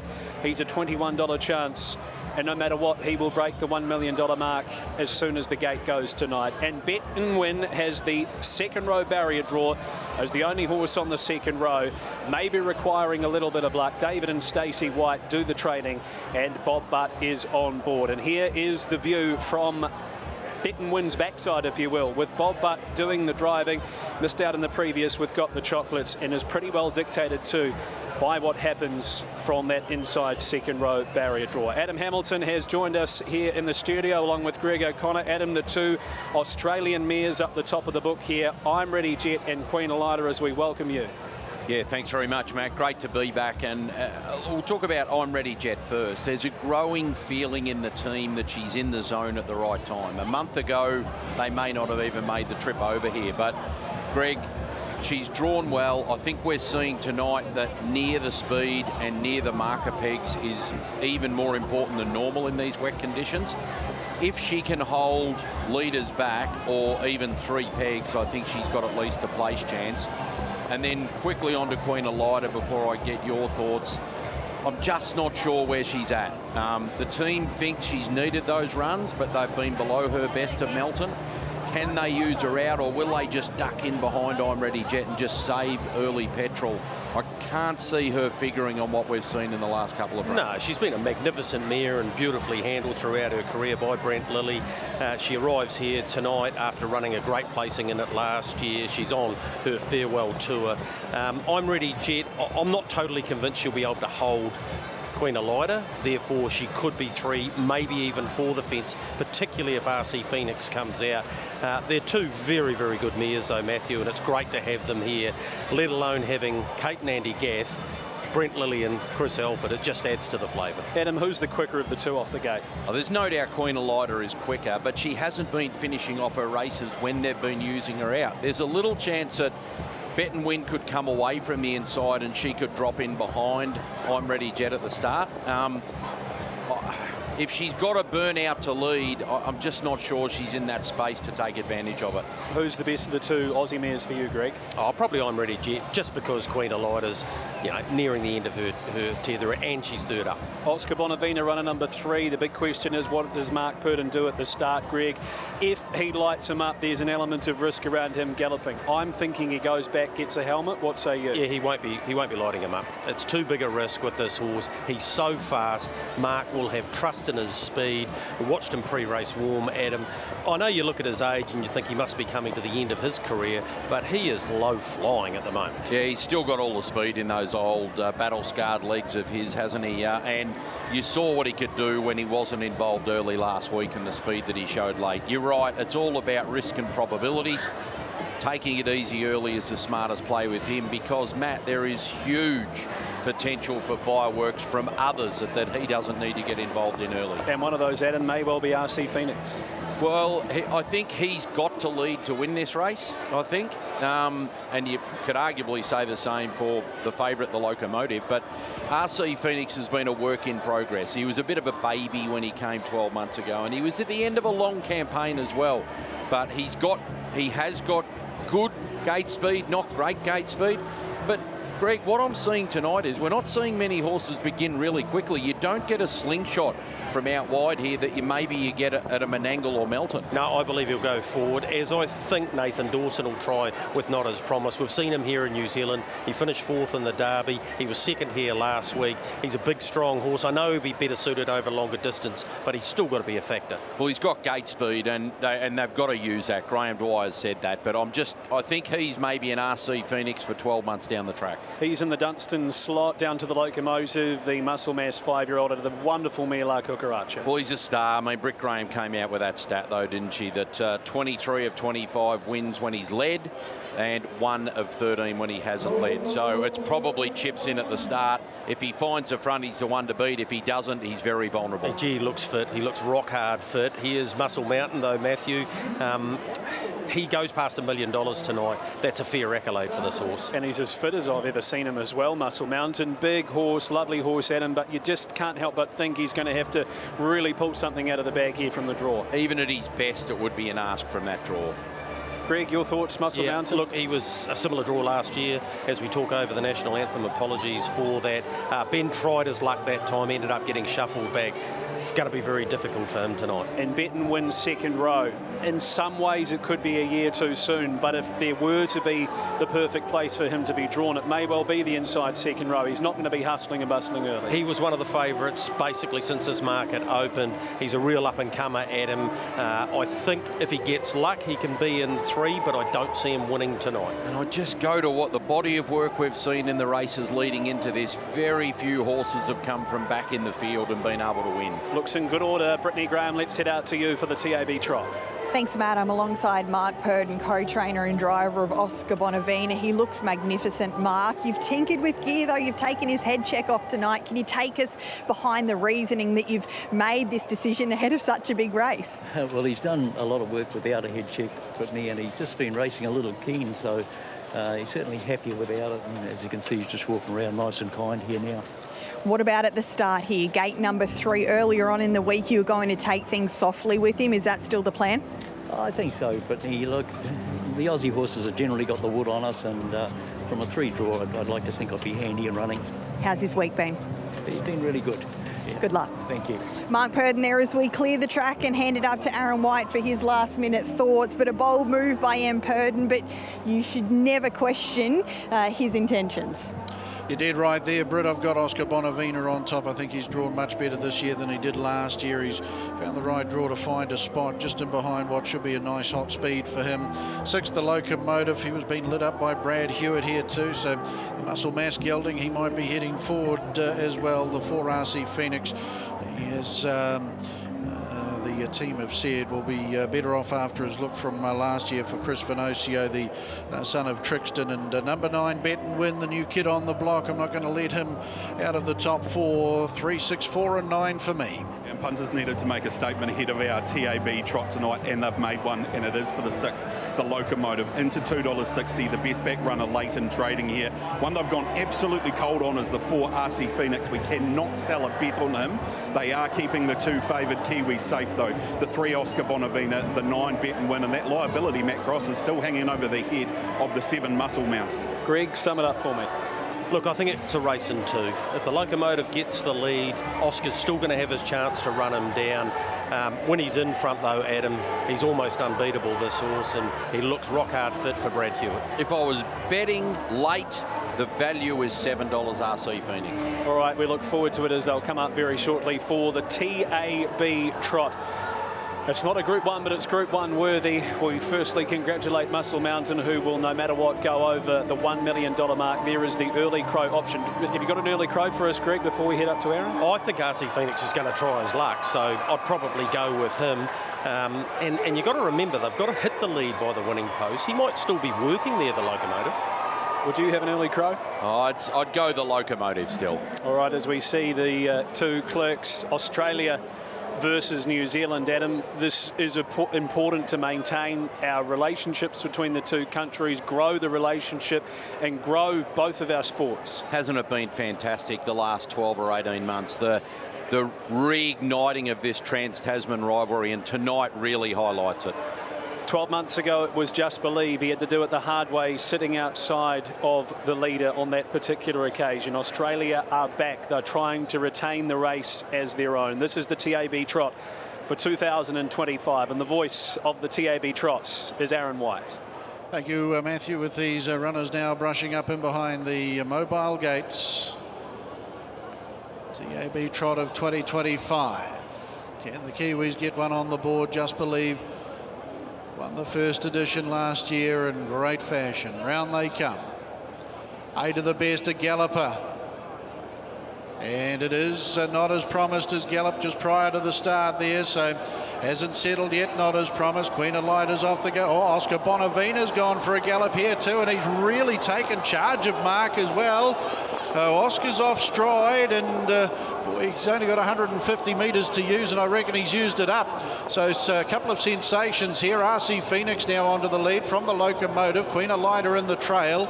2 lengths away, Muscle Mountain. Back on the inside then to I'm Ready Jet. And they're followed by Bet and Win. Oscar Bonavina, he is down and trotting now, but he's 8 lengths away and he is up the track. And after the early indiscretion, Not As Promised is out the back. 1600 to go in the TAB Trot of 2025, and the lead-up time was 42 seconds neat. RC Phoenix and Chris Spinosio lead. From Queen Elida in the trail and moving up third and parked here, the Locomotive. Brad Hewitt having to do it the tough way. Back on the inside, I'm Ready Jet for Kate Gath, and beautifully situated 1-1 was Muscle Mountain here for Ben Hope. Back on the inside, Oscar Bonavina. Up on the outside then to Bet and Win and Bob Butt there. Your winning chances out the back, Not As Promised after galloping just prior to the start. Opening quarter in 30.4 as they work down in front of a very nice crowd here in the Waikato. And the TAB Trot, they've got just over a circuit left to go. RC Phoenix, 4th in the race last year, leads the Locomotive.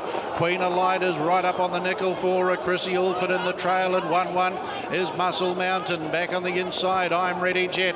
They're followed by Bet and Win, Oscar Bonavina, and further away, Not As Promised as they get out to the 800 metres. The second quarter, 29.1. Controlling things nicely, RC Phoenix. Up on the outside, the Locomotive's been parked throughout. Queen Elida will wait the TFS Horse Transport passing lane. Muscle Mountain, no excuses. Gun Run in the 1-1. They're followed then by Bet and Win. Further back in the field to Oscar Bonavina. And drifting out of it there was I'm Ready Jet as they come off the back. 450 metres left to go. TAB Trot of 2025. RC Phoenix with the back straight quarter. 28.3 the Locomotive. Queen Elida. Here's Muscle Mountain now being presented out of the 1-1. But RC Phoenix on the turn. Travels well by 2. Queen Elida down the outside. Muscle Mountain. There followed the Locomotive. RC Phoenix, Muscle Mountain. Queen Elida's on the TFS Horse Transport passing lane, finishing strongly. RC Phoenix in front. Queen Elida tries very hard, but RC Phoenix for the TAB Trot of 2025. Queen Elida second. She'll now be the greatest earning trotting mare in Australasia too. Queen Elida with that second. They were followed then by the Locomotive. Bet and Win, Muscle Mountain. Further back in the field to Not As Promised, and I'm Ready Jet, and of course just in front of those Oscar Bonavina. Those last trio all getting things wrong. 2:38.56 will be the winning time. They dip under 2:40 for the 2200 metres, a 1:56 mile rate. 28.6 on the way home. Had to dodge all the gallopers in the early part. RC Phoenix had one gallop on his outside just prior to the start, Not As Promised, and then Oscar Bonavina just after the start. Spinosio straight to the front with the Trixton gelding. Aldebaran Park, the slot holders here, and Chris trains out of Victoria.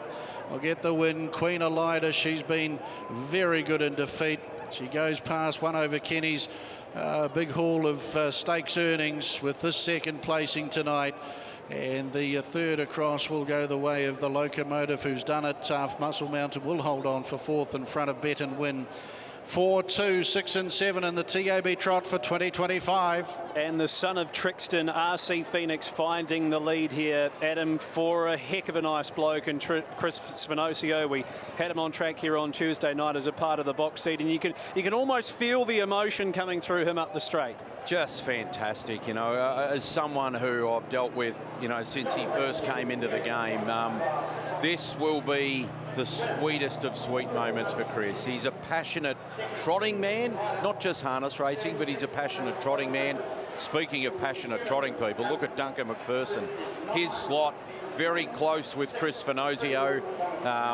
Just a beautiful moment. And Chris has made this horse, Matt. He's built him over the past 2 years or so. As he said when he was interviewed the other night, I've spent a couple of years just trying to get him ready, you know, relax him. Tonight's the night where I've got to cut him loose. And to capture all of that emotion, Brittany Graham is now with Chris Spinosio. Thank you, Matt. I sure am. Chris, tell us, how do you feel right now? What is pumping through your body? Yeah, it's amazing to come to New Zealand. Been watching these races here for a long time, so it's great to come and win a good one. He's a very special horse, and I want to get to know a bit more about him shortly, but let's start with the start of the race. So crucial. I couldn't see a lot from my vantage point. Talk me through it. Well, it possibly wasn't ideal. Like, the ones either side of him galloped, and Oscar Bonavina was a bit out of control, so I just had to sort of stay in front of the locomotive and wait for Oscar to get out of my way. And yeah, luckily this bloke, he was watching the gallopers, but luckily he kept trotting and he handled it pretty good. So yeah, finding the front, that was crucial to my chances. Once you were there, he looked to travel beautifully. What were the confidence levels like? Oh, well, I thought if I could lead, I could win. He's an amazing horse. Like, he's just jogging along that easy, like he wanted some competition sort of thing. But yeah, he's a great front runner. I just haven't had him there that often, so I was glad he could get the job done tonight. You look up this big Cambridge home stretch with a lap full of horse. Did you allow yourself to enjoy it? How was he feeling at that point? No, I just wanted to get to the line, like knew Queen Aloida was coming and that, so he was, yeah, I was hoping he could just keep going, which he did. You've been a trotting devotee. How does it feel to win one of the very biggest trotting races on the calendar? Oh, well, it's amazing, yeah. I've driven a lot of slow ones before him, so he's, I drove Sparkling Success to win the Great Southern Star, and yeah, this is the only horse I've had to compare to him. The family's here as well. That must be quite incredible. This horse means so much to you all. Yeah, to be like all the owners, my family and that, so my little girl, it's great. Yeah. Well done, Chris. Enjoy this victory. I know you will. It's incredibly special. Yep, thank you. To you, Nicole, Chris Spinosio, what a story. Oh, and what a scene here. We're pretty much dancing. I'm getting in the dancing groove. Ash Haynes, you've bred this horse. You brought him back. He won a super race last year. Congratulations. Thank you very much. And really to Dave Branch and all the Kiwis here, that sort of, the hospitality has been amazing. To Duncan McFersonen, Aldebaran Park. Well, 2 years in a row we've come back, we've used the slot there, he's invited us in, and we came the first year and we just couldn't get enough of the crowd and the atmosphere, and what a wonderful concept to get the invite back again this year, and now to win the race is just beyond our dreams. It really is. It's an amazing boost for harness racing, not only in New Zealand but in Australasia, isn't it? Absolutely, back at home. To think that we can come and do it, it's great. Chris Spinosio on the team, what a wonderful performance. Snooze has just been fantastic. He's been so good at managing this horse, and to get him here again for a second year here in Elizabeth, amazing. Just words can't express how happy we are, as you can see. Fabulous, go and enjoy it. Thank you very much. Well done, Kiwis, you do it well. Thanks, Nicole. I'm about to grab a word with Duncan McPherson once he jumps out from his photography opportunities. There's little Estella up the back, Chris and Elizabeth's little girl. She's been here all week, and I'm going to jump in here and have a chat to Duncan McPherson because the tears are streaming down his face. Duncan, tell me how you feel right now. I can see by your face what this means, but describe it to us. Oh, well, I've promoted trotters internationally and around the world for 20 years in Australia. It's like climbing the mountain. It's an amazing mountain to climb. You've done it here alongside Chris Spinosio and his very special horse. You're happy to give him a second chance. He did such a mighty job last year. I've known Chris for a long, long time. He was working at Chris Lang Stables many years ago. Ashley Haynes has been a very dear friend of mine. They all knew my late wife, Lynn, who we know passed away from ovarian cancer. And I did a deal with Chris last year. And I said, if we don't win it, calling on your phone. If we don't win it last year, we'll win it next year. And we went and won the Aldebaran Park Maori Mile in January. And I said to him then, if Zeus can't do it, then you're my best mate. We're going to go and do it. And the family have just been wonderful. Chris Spinosio has done a great job. And for all the effort you put in, you, as I said earlier, you try and climb the mountain internationally. And I've all been about internationalisation and globalisation of our trotters in the Southern Hemisphere. And tonight we climbed a mountain. So hopefully the rest of the world see this bloke. I backed him as the best 4-year-old in Australia in the Southern Hemisphere when we bought him here last year. And I still think he's one of the up-and-comers in the Southern Hemispherical racing. And I know all my friends in Sweden and all my friends in America at Yonkers are watching, and I've tipped this horse to him, and I'm hoping that we get an opportunity, or the family and everybody else get an opportunity to take him internationally because he's that good. Why do you love harness racing so much? Why does it make you tick? Why do you wake up every morning thinking about it and investing your money in it? It starts with my grandmother, who had her first horse in 1958. And my father passed away when I was 15, and he left in his will, he said to my mother, he said, there's a few horses there, you make sure my boy takes them on. Here we are. Well done, Duncan. Incredibly special. Congratulations. Thank you for all you've done for the sport, and you enjoy this one. Absolutely. We're hot to trot at Aldebaran Park. That they do, and a story that is more than racing, a story of family, a story of partnership, pride, everything that you can think of in the world that goes along horse racing. We've just seen it right there, Greg, and you can't help but feel it through the screens as well. Absolutely, and Snooze, as he's known, I spoke to Chris last night at the owners' function, and he was just delighted to be back here. He knew tonight was his opportunity. Adam was right. He spent a lot of time making this horse. Tonight, he wanted to put him up on the speed. Just on that, here's a bonus. The TAB have decided to pay out the early crow on 3 horses. Queen Elida, Oscar Bonavina and RC Phoenix.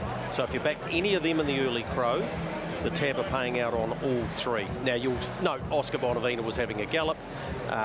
They have decided that they're going to pay out on that as well. So big ups to them. Hey, we give it to them. Oh, a lot of times. Wrong, but... A lot of times. Matt Markham's rushed over here to tell me that, which is fantastic. And look at the scenes here around this horse, RC Phoenix. Brilliant performance from him tonight. He had to be the best.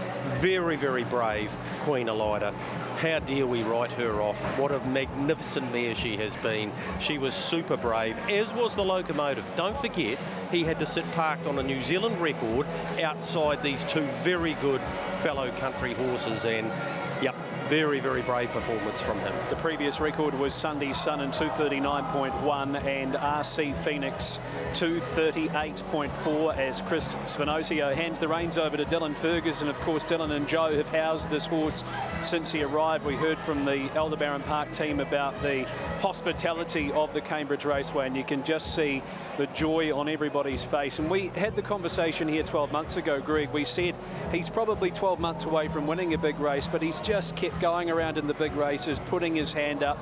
And as you say, all plaudits have to go to that man there in Chris Spinosio with the way that he's handled this horse. And he'll head back to the stabling area none the wiser. He'll go home, tuck into a bit of dinner, but little does he know, he has just made a career highlight for that man and his family in Aldebaran Park. I speak of Chris Spinosio reigning home the winner of the 2025 TAB Trot in RC Phoenix. We have more to come here from the Cambridge Raceway. We're back with the Happy Hire, the Race Country Cup, and then it is the race by Betcher for $1 million at 8 minutes to 4. We've seen it all here at Cambridge Raceway. There was a bit of heartbreak involved as well with horses like Oscar Bonavina and, of course, not as promised, doing things wrong at the start, but it was all honours to RC Phoenix, who gets home in New Zealand's richest trotting race. Addington Raceway is not too far away. We'll hand you back over to Mark Cookson.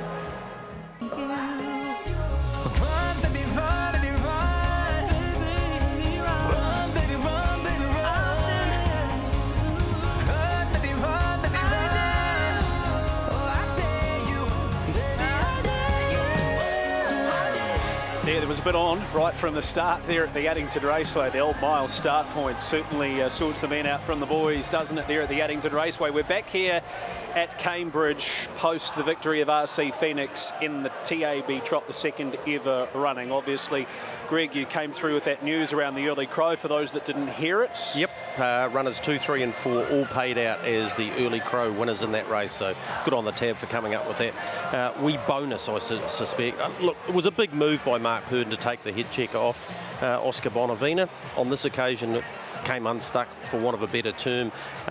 He was that relaxed that he rolled into a gallop, which was the end of the penny section for him. And with the closing sectionals, I guess we can't be too hard on the likes of Muscle Mountain and Betton win in what I guess you could say is his freshman year against these sort of horses. A pretty tough task having to give those sort of horses who have been there and had that 2 or 3 years of hardening in this grade. Yeah, they've raced both of them with great credit, and obviously Muscle Mountain going past $1 million is a remarkable effort by him. But once again, Matthew, we have come to the TAB Trot. The Australians have arrived, and this time they've run 1, 2, 3. And yeah, I was mightily impressed by the Locomotive. That was a very brave performance from him. He now goes to the Elite Lop, of course, where he's been invited to, and he's going to be a factor in any big race anywhere. Maybe not over there. It's another level, but love to see him. RC Phoenix will be a very good chance of coming back for the Renwick Farms Dominion. Queen Elida's on her farewell tour, and what a remarkable run from her to finish second. Halfway down, I thought she was going to get up in the I reckon Chris Alford did too. He was in trouble here a lap out. She was running out, she was running in, she was trying to get pylon. She was just off her head, but for her to finish off as well as what she did, magic run, proves what a great mare she is. Matt Markham, can I say on behalf of the punters, I know that you and your friends at the TAB cop a bit of stick sometimes, but in all seriousness, thank you for what you guys did in the previous. I can see why you've done it, and in fairness to the punters, they should be pretty happy with that. Yeah, a little bit of goodwill goes a long way, doesn't it, Matt? And we just felt that that was the best option to result what was a pretty tricky early crow with a lot of things happening there inside the first couple of 100 metres. Don't forget the early crow is in action, of course, for the race by Betcher, which is only 2 races away. This race here, what an intriguing betting contest we've got. I sense a lot of trepidation from punters around We Walk by Faith. He's drifted out from his opening quote from that 25-metre handicap. We've seen a good move come for the Surfer, who was so emphatic winning here 7 days ago. The one that they're really, really keen on, though, is Boudica, the Bonnie Wee mare. Boys get paid $5,000 over $15,000 on her to win. They haven't had the best of night so far. They're looking to get out in the last few races, and Boudica's the horse they've settled on now that she's back on the front tape, which Craig the Whale, as I come to you, would suggest that she is a very good chance here with her great stand-start pace. I agree with you, Matt. I think this race will go one of 2 ways. Either she'll step like she can and find the front. I think what helps her is she's been off handicaps, 10 and 20 metres. She's off the front. If you look at the head-on last week, she actually was half a length behind them when they let them go. And the Surfer beat to the spot that she wanted to be in. Now, I think the way the front row configures here, a lot of these are having standing start, limited numbers. She might get there first. If she gets there first, she's the horse to beat. If she doesn't, there's a couple of nice plays in this race. Cos I Can, he's a good horse. He won a race prior to Christmas last year where he beat some really nice types, including Montana DJ from last on the bend. 411 days between runs. He ran home in the same sectionals as the winner did last start, and he's a good standing start horse, and he's $21, boys. He's the value in the race. For me, I went 6 to beat 11, 12 and 9. An intriguing race. Of course, it starts the second leg of the quaddie, the first leg taken out by RC Phoenix. Yeah, Cos I Can second up after 411 days and does love it here, particularly over the 2,700 metres. We Walk by Faith, Greg. Can he win off the 25? Not going to be easy for him. Clearly the best horse in the race. Race last year won by Jollymont, so it can be a springboard for horses out of this race. The Derby winner, of course. He's going to have to go around the whole lot. What's in his favour with the scratching of Don't Stop Me Now is he only has 10 rivals, so that will help him, but it will not be easy, Matthew, and I can see why the money has come for Boudica or Boudica. Tony Thomas won't care if she wins. I reckon I've called her in about 70 of her 90 starts, and I've gone Boudica every time. And I don't intend on changing. Fair enough. What she she's small, but what she lacks in size, she makes up for in hard. She really tries. She was 4th in this race last year. I think this is her chance to get another win on the board. And can the Surfer go back to back? Well, he's in great form, isn't he? Arna Donnelly's done a magic job with him. He was good at 3. He's better at 4. He was very, very good here, beating Iron Brigade, who's got a good race tonight in the Dorothy Cutts Invitational. 10 metres back, that'll make it a bit of a challenge, although he coped with it last week. Diamonds Are Forever's a decent mare on her day, driven by Todd Mitchell here. Brittany, I guess the big question is, how does she step? That's it. She's only had the 2 standing start attempts across her career, Todd, so what are we expecting? Well, she actually has stepped good both times, so I'm just hoping that we get off on the right foot tonight, and it'll be nice. You know, I think she's races best when she's handy, so we'll try and stay handy if we can step quick enough. But yeah, hopefully the others don't step as quick as we do. But yeah, I think if she steps and does everything right, she should be a good each way chance. But it's a nice even field. What about the 2,700? Should suit her. Like, she ran second at Melbourne Nike in the Oak, so the more distance, the better for her. Good luck. Thanks, Britt. Todd Mitchell there, Aaron White will clear the track ahead of this 8th event. Yeah, we were the 12 Brit with We Walk by Faith, best horse in the field. He's got to overcome the 25-metre handicap. First standing start from tonight as well, so that'll be interesting to see how he negotiates that. 9, the Surfer, in good form. The 7, 2IC, likes racing here at Cambridge. And 11, Cos I Can, is a definite blowout hope in the event. 12, 9, 7 and 11 for me. Playing around 4 particular runners here ahead of race number 8. They are keeping the 12 We Walk by Faith very safe at that $3.10 quote. We're seeing good money start to come for the 9, the Surfer, and also Boudica, both at $3.90. And there's really strong each-way support around for Diamonds Are Forever as well. Now into single figures, $9.50. But Matt Cross, as I come back to you, it's the bonny little mare from Blenheim. That's the TAB hot horse, Boudica, $3.90 with that 5,000 over 15,000 from BGP. Good luck to Tony Thomas. Good luck to BGP. The Wizard's sort of half talking me in here, Greg, around Diamonds Are Forever. Well, she's in super form, as he has been in the last 7 days. And he's Did he right. tell you that? Or? No, he's always telling me that. 2,700 metres. Don't forget, she did run second to Millwood Nike. He's reminded us of that, so the distance will be right up her alley. Have we forgotten any? No, I don't think so. I really think Boudica, I'm going to go with you there, this is her chance. I really believe this is her chance. Everyone's saying the same thing. We Walk by Faith is the best horse in the race. Incredibly difficult to come off 25 metres, particularly when you're having your first stand. But gee, the stable's in form. They certainly are. There looks a few decent chances in here. Arna Donnelly winning the race 12 months ago with Jollymont, and after Republican Party started off the back, it was just all too hard. Here's Aaron White for the Happy Hire, the Race Country Cup. Boudica and 2IC off the front tape. Thanks, Matt. 10 metres, the Surfer, Rough and Ready, and Cos I Can.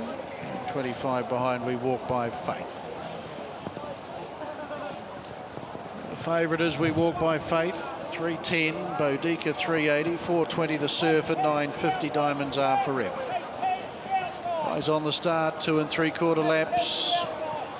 We're coming in, Rough and Ready, Cos I Can to turn in on the 10-metre mark. They're set to go, the barrier strands release, and they're underway here. And Claude has come away in a gallop. Boudica straight to the early lead from 2IC. Diamonds Are Forever will settle down in third. There's 2 lengths, Matai Phil looking to get handier. Barbarossa on the inside and Rock Band between those two. A length and a half away, the Surfer. 2 lengths away, Rough and Ready. 3 lengths away, Claude settling down. That's in front now of Cos I Can, 2 lengths away in the field then to We Walk by Faith, who's negotiated his first stand start okay, and he's having to chase hard from his 25-metre back mark in the early stages. So second favourite Boudica brings them through the home straight. Leads by a length, 2IC up on the outside, and Diamonds Are Forever enjoying the early run in the trail as 2IC having a play for the lead here, 2 circuits to go. Matai Phil will be 1-1. Back on the inside, Barbarossa from the Surfer, then Rough and Ready Rock Band. Back in the field, Claude, Cos I Can, and 2 lengths away, We Walk by Faith and Matthew White. So get on out to the 1,800 metres here, and Boudica will turn them into the back, leading by a half a length over 2IC as they're about to complete their first circuit here of the Happy Hire, the Race Country Cup. And in the trail is Diamonds Are Forever, gunning for a hat-trick of successes with the Wizard Todd Mitchell aboard. Up on the outside, Matai Phil, then Barbarossa as they come up for a bit of air, these leaders now. 123.2 was that lead up time. Then came the Surfer, Barbarossa. Now, been eased out of the race here, Diamonds Are Forever, so she's obviously overdone it in the early stages here because she's been retired from the race, taken inside the pegs here. Cos I Can back in the field with Rough and Ready. Claude has got past its retired stablemate, and up on the outside We Walk by Faith. So into the home straight they come with 1,200 metres left to go. Boudica from up on the outside, 2IC, and ripping around runners now, Rock Band, 31-1 the opening quarter. Now trailing is Matai Phil, the Surfer 1-1 as they get down to the bell. Barbarossa 3 back on the inside from Cos I Can and Monica Ranger. Back on the inside to Rough and Ready. We Walk by Faith, been patiently handled here. And back at the tail of our winning chances, Claude, and pulled up on the journey, Diamonds Are Forever. They stride out to the final 850. Boudica up on the outside. Rock Band now sits parked with the second quarter in 29.6. In the trail is Matai Phil and 2IC finally sees cover. Barbarossa 3 back the inside of the Surfer and the Chief David Butcher. Back on the inside, rough and ready for Crystal Hackett. Further back in the field, Cos I Can, Claude. And we walk by Faith. He's still got 7-8 lengths to make up, but he's about to start his charge around runners now as they come off the back. Boudica and Rock Band around to the 400 metres they come. Matai Phil for the TFS Horse Transport passing lane. 30 and 3 the back straight quarter. Working into the race now was the Surfer out wider. Cos I Can. Barbarossa's all dressed up, nowhere to go.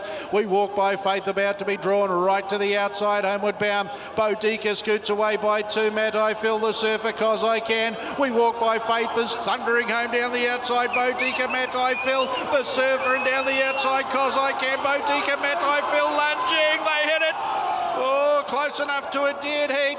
Matai Phil, Boudica, the Surfer's 3rd and 4th, Cos I Can. We walk by Faith close up 5th.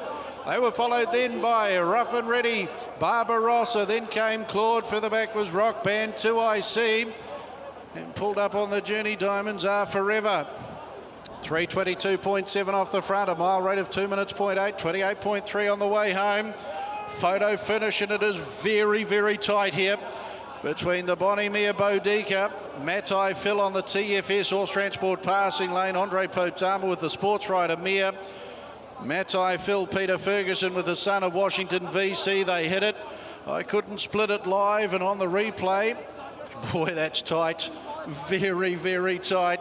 The Surfer's 3rd, close up in 4th, Cos I Can, nice run.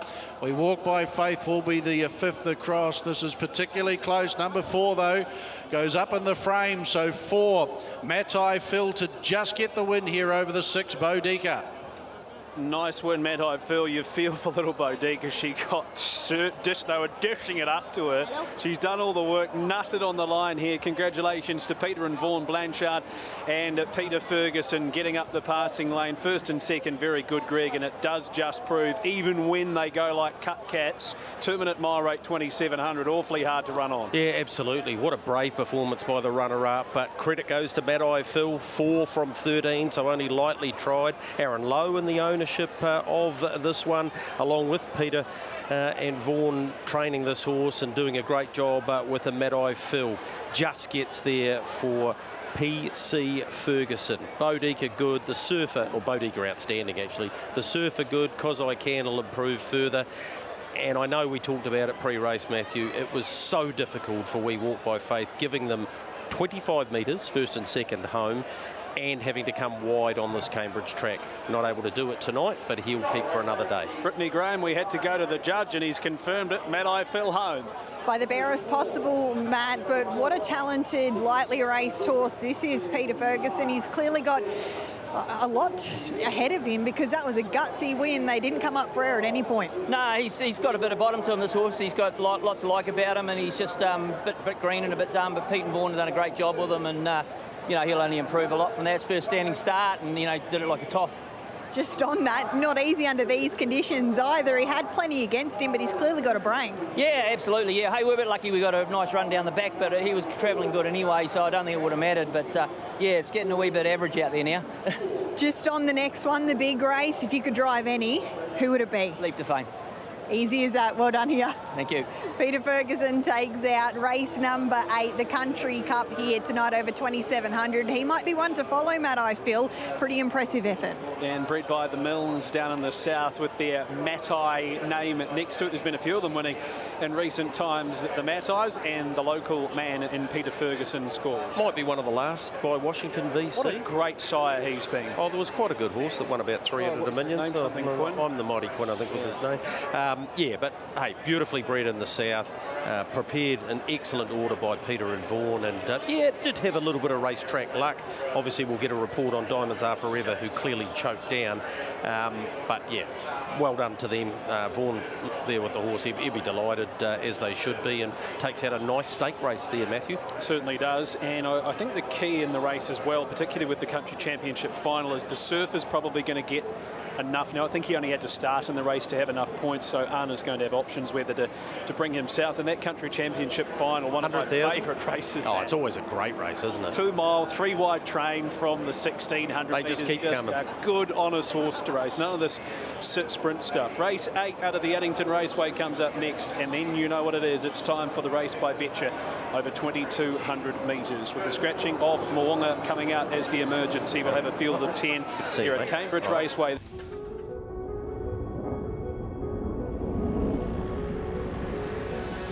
I love driving through these gates. Lots changed since I had my first winter here 18 years ago, that's for sure. But Star Shiraz and Zach Butcher, they blow on by, and the Lismar at Neville start fillies and mares all over. Star Shiraz by 4. I always wanted to be great, and I'm thankful that I made it to where I am today. It's Cheer the Lady in front for Zach Butcher, and Cheer the Lady won the Oaks. Sky Major, the ultimate commander, orchestrates 3 Jules victories, 3 from Zach. It's Duchess makes it, and Zachary Butcher, the spotlight's yours. Cambridge is special to so many people. We take pride in our heritage, culture and town.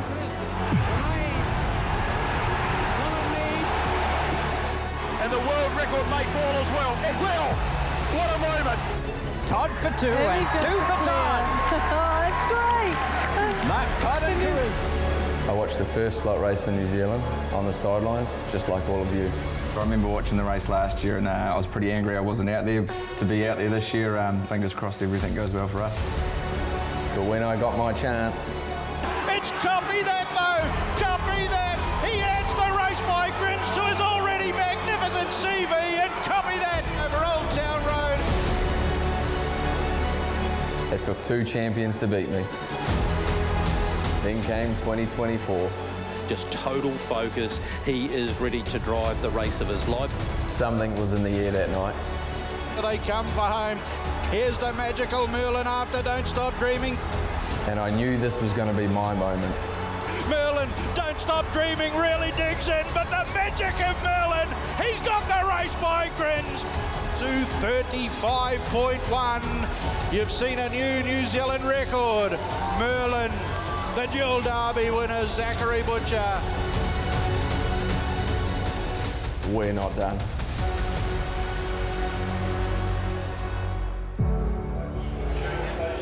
Night of Champions here at Cambridge Raceway. We are now getting set for the $1 million race by Betcher. This is the view from the sulky of Merlin with Zachary Butcher. Can he go back to back? Broke the national record in 2:35 and change here 12 months ago as the field head track side for our $1 million feature here tonight. Greg O'Connor, Adam Hamilton back in the studio with me. Greg, I guess the TAB Trot a great precursor for what's to come here with the paces. Yeah, absolutely, and he can do it again. He's going to end up in the right sort of spot following these 2 hot Australians, Adam.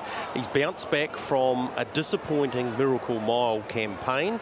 He was excellent here last week, and he's trained by the master Barry Purdon alongside Scott Phelan. Never underestimate that combination. No, and we know what Barry thinks of this horse, don't we? And the ability he's got. So, you know, the simple fact of this race is that Leap to Fame is going to have to make it a war to win it, and that then brings the likes of Merlin into play.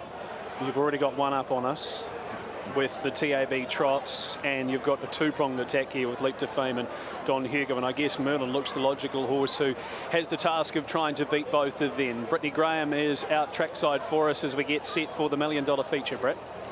Sure am, Matt. Unfortunately, this rain is really starting to set in now, but I've had the privilege to see the field make their way out onto the track in front of me, and my goodness, does Leap to Fame look ready to run the race of his life. Bright, alert. He's been here for a little while now. I spotted him in the stables earlier tonight, and he looked cool, calm and collected, which is really important for him in new surroundings. I'm going to head around to the 2,200 metre marshalling point to get the final word from a few of these key contenders. Loved seeing RC Phoenix get the job done in the TAB Trot. Craig and Nicole, as I pass down to you, I'm hoping the Aussies can make it 2 from 2. Thanks so much, Brett. Yeah, it was fabulous, wasn't it? Aldebaran Park, they put so much in, Craig, so getting that result there with RC Phoenix.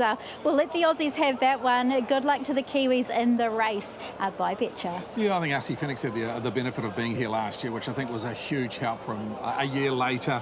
No Call Me the Breeze, no Just Believe, but it was a stellar field. But I think they threw the dice. They got the front on the basis of a galloper, Oscar Bonavena. He worked his way to the front and he proved the strongest horse. Great on the connections. I'm looking forward to this race, but this is a mighty field, probably one of the best fields I've ever seen. And it's fabulous being able to be here and seeing them walk behind us. These amazing horses. We are privileged to be in this position. Well, Matt, looking forward to it. We're getting closer now. Yeah, they're put together a little different, aren't they? The superstar horses of our sport. I just saw Don Hugo pace behind me, as well as Leap to Fame, and for a harness fan to see them in the flesh, you can't help but appreciate what they're bringing to this particular assignment. Matt Markham, you've given us all of the extras for this particular race, the early crow, everything else, boosted odds all over the show. BGP have had a substantial bet on Don Hugo. Are the other punters following them in? Yeah, there's certainly plenty happening, Matt. Of course, that $40,000 bet on Don Hugo that you did talk about. Look, we're waiting for the move that's going to come in this market. It hasn't come yet, but I'm expecting that it's going to come very soon, like we saw in the TAB Trot, where we saw the late move for the locomotive. The punters just have to decide, is it Don Hugo or Leap to Fame? 230 v 250 at the moment. I wouldn't be surprised if those prices flipped on their heads. As you said, Matt, plenty of options to get involved in throughout the betting leading into this. We've got the early crow, in which Don Hugo is a very dominant favourite. The top 6 market, will the New Zealand record be broken? And of course, those 2 boosted bets, the harness hit, $3 for up to $100 investment on Don Hugo, and that $3 Quinella too as well between Don Hugo and Leap to Fame. Craig the Whale Thompson, as I come to you, can't wait to see what's going to unfold here. How have you got things mapping in our feature of the night? Well, I think everyone maps the same here, Matt. I think Don Hugo will find the front, and then Leap to Fame will probably get outside him. It depends on how far it takes for him to get there, but he's the horse to beat Don Hugo. He's got the great draw. You've got the likes of Republican Party drawn beside him. Don't Stop Dreaming out wider to Merlin. Leap to Fame, Larry will have to do some work, but he's good enough to sit parked out. It has been a leader's race, or has been a leader's night so far, Matt. If I had to label one, I'd say Don Hugo. That bonus money, or that bonus bet of $100 at $3 is a good price. Duchess Megs, it starts from the inside draw, and the Duchess Megs, it's syndicate slot, Greg, looking for some improvement from last week, but she has the draw. Yeah, she does, and she's won $500,000. Adam, again, she's trained by Barry Purdon, Scott Phelan, has Tony Herlihy. She probably is going to get 3 fence, maybe 4 absolute worst. I'm not sure she's going to be a factor tonight. No, the fence will be a help, but this is not a normal feature race. The bar is set so incredibly high by Leap to Fame and Don Hugo. I don't think she's ready for it. Don Hugo, Inter Dominion, Miracle Mile, Eureka. He's in the N40 Racing BGP slot, and Tony LaCastro. Won't we get some emotion from him post-race if he gets up? He loves it, Tony. He's been in the game for about 20 years or so. Names his horses the Don with his Italian heritage, and he gets into it like the gangsters would in their prime as well. Terrific rise to prominence by this horse. He's got the draw. It's going to be the same scenario in running as the Miracle Mile. I'm surprised, Greg O'Connor, there's as much between he and Leap to Fame in the market. And he's got a master trainer and driver. One thing we know with Luke McCarthy, Matthew, he'll sum it up as he did in the Miracle Mile, as he does so often in these big races. Drawn outside of Don Hugo is the Auckland Cup winner, Invercargill Cup winner. He won the Hondo Grattan as well. I speak of Republican Party, Greg. 12 months ago, he was the emergency for this, but this year he gets to go with the Republican Party syndicate. Yeah, he's a grouse horse. No doubt about that at all. Where he fits into the map, he should be one off the fence if Don Hugo goes forward as anticipated, but he could be 3 or 4 pairs back. He should have nearly won the Hunter Cup. And that was against Leap to Fame and Swayze, and Don Hugo finished behind him. So you've got to respect him, and he is in a nice spot. The $15 is arguably value. Brave last year was Don't Stop Dreaming. He's in the Dunford slot. Another one who isn't big in size, but he's fast. He can stay all day, Greg. The big question we're all wanting to know with that man in the bike is he going to have a go early, Craig Ferguson? Just a second drive on the horse, won the City of Auckland free-for-all coming from off the speed and on the markers. I think they have one chance, and that is to go as hard as they can, get across Don Hugo, and then let him take the lead. I'm not saying that will happen, but it could. There's no chance he'll cross Don Hugo. Whatever gate speed you think Don Hugo's got, he hasn't even been used to show it fully. Not even in the Miracle Mile was he buzzed off the gate. So I respect the way he's going. Don't stop dreaming. I think it's a sticky draw for him. Pinseeker was a $4,200 purchase as a weanling, Greg, and now he's racing for $1 million. Oh, he's done a magic job, Johnny Cox, with this guy. Of course, a group of golfers, hence the name of the horse. Magic run from him, Adam, last week. Did a power of work. But if you think Don't Stop Dreaming's in a sticky draw, he's probably even worse off. He needed the pegs or somewhere where he could use that speed of his to find the pegs. It's going to be a big ask from there. Down to Merlin, last year's winner for Montana Park Proprietary Limited. Good luck to Dean Shannon. Greg, can he do it again? Look, he's got to be a chance. He's going to be sitting in the stalking position. If he goes forward like I anticipate he will, Adam, he gets the 1-1 behind Leap to Fame. Do not count out his winning chances. He's the best of the Kiwis. Almost $4 million in the bank, this champion Australian Leap to Fame. What a pleasure it is to see him in the flesh. Great to have him here. As Britt said, I went down and had a look at him. He looks terrific. He's going to have to be a champion to sit outside Don Hugo and beat him tonight. There's a few times I've wondered whether he is, and he's answered. For the first time in his open class career, he finds himself needing to prove a point tonight. Yeah, I think he does, and I think he will. This will be win number 50 if he's able to win here tonight. I've never seen Grant more confident with this horse than we did on Wednesday. He can sit outside Don Hugo and beat him. Could this be a wow moment? I think so. Post-race, if he wins, we will be standing here pretty much speechless on picking. Well, yeah, it'll need a champion's performance to sit outside Don Hugo and beat him in these conditions, the way the track's playing tonight. Chase a dream, Greg, inside second row. Yeah, needs luck. Absolutely no doubt. He's got the finishing burst to be in the finish, though, Adam, and he's trained by Mark and Nathan, and Mark sitting in the bike. Total respect there. He's a place chance. And Greg, the other two Kiwis, Rakiro Rocket and Ahoka Connor, both at big odds. Yeah, and he's come an incredibly long way. Rakiro Rocket, of course, the winner of the Christian Cullen, and Ahoka Connor's just going to be in a power of pain from his draw. Brittany, out to you. We've got some questions that you need to ask. Here's hoping we can get some answers. Matt, I'm alongside Craig Ferguson, and Don't Stop Dreaming. Craig, it's a sticky gate on paper. What's the game plan look like? Yeah, I think we'll just have to come out as good as we can and, you know, try and get across to one off and just see what happens from there. I'm sure you would have learned a lot from him last time. Did you learn enough that he's got that speed if you draw on it tonight? How confident are you that you can find the fence? Yeah, he drew second row last time, but, you know, he's shown gate speed in the past, so it'll be wait and see, but we'll come out as good as we can anyway. Scenario one, you find the pegs, then what? Then we'll be looking to follow Don Hugo, I'd say. Good luck. Thank you. Craig Ferguson there as I hand it up to Aaron White. I'm with the big boy Leap to Fame on top, but I think if I was having $1 each way here, Aaron, I would be with Merlin. He looks magnificent. He certainly does, looking for that back-to-back success. I put him in for third, Merlin. I went Don Hugo with the draw over Leap to Fame. The Legend of Larry finally makes it to New Zealand shores. He's not going to disappoint us. And number 3, Republican Party in the mix. 2, 8, 7 and 3. Wanted a market move and we got it in the last couple of minutes. The 8 Leap to Fame now under the $2 mark into $1.90. Your favourite for the race by Betcher, and most suitably the TAB hot horse for our main race tonight, Matt Cross, as we come back to you. Still a lot of support floating around for the 2 Don Hugo though. And you've got the harness hit with Don Hugo, maximum bet $100. Will they break the record? $1.70 says yes, $2 says no, and you've got the boosted Quinella here as well with Don Hugo and Leap to Fame. Greg, this is going to be a race for the ages, I'm picking, with the depth of both Australia and New Zealand coming together, the way that the barrier draws have unfolded. Sum it up for me. Oh, look, I just wanted to see this horse come to New Zealand so all of the harness racing public, and the racing public for that matter, got a chance to see him. He's going to need to be next level tonight. Absolute peak performance from Leap to Fame. I believe he's got it in him, Adam, and he can take Don Hugo down. He's too short at the 195. He is a champion, and I think he'll need to go to another level to win tonight. I want to be here if he does. The race by Betcher, $1 million on offer. 195 says it's Leap to Fame. Good luck to all involved, whether you have a slot, whether you've had a bet, or you're just a harness fan. This is what harness racing's all about. It's Australia versus New Zealand. Here's Aaron White for the race by Betcher. Thank you, Matthew. As the runners come around, New Zealand's richest standard bred race. The race by Betcher for 2025 and the green lights there. Let the fireworks begin. Don Hugo out of barrier 2 will come forward to be the early leader with Don't Stop Dreaming. Right up there, Republican Party back on the inside. Duchess Megs at Rakiro Rocket's got a lovely run through from the second line.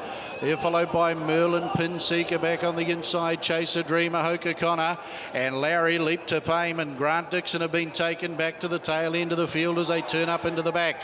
Don Hugo leads Republican Party. 3 wide on these, Don't Stop Dreaming. They're followed by the mare Duchess Megs at Hurler. He's got her in the trail. Merlin, last year's winner, 3 wide with cover in the early stages. Then Rakiro Rocket. Chaser Dream out wider. Then is a Leap to Fame. Pin Seeker, Hoka Connor.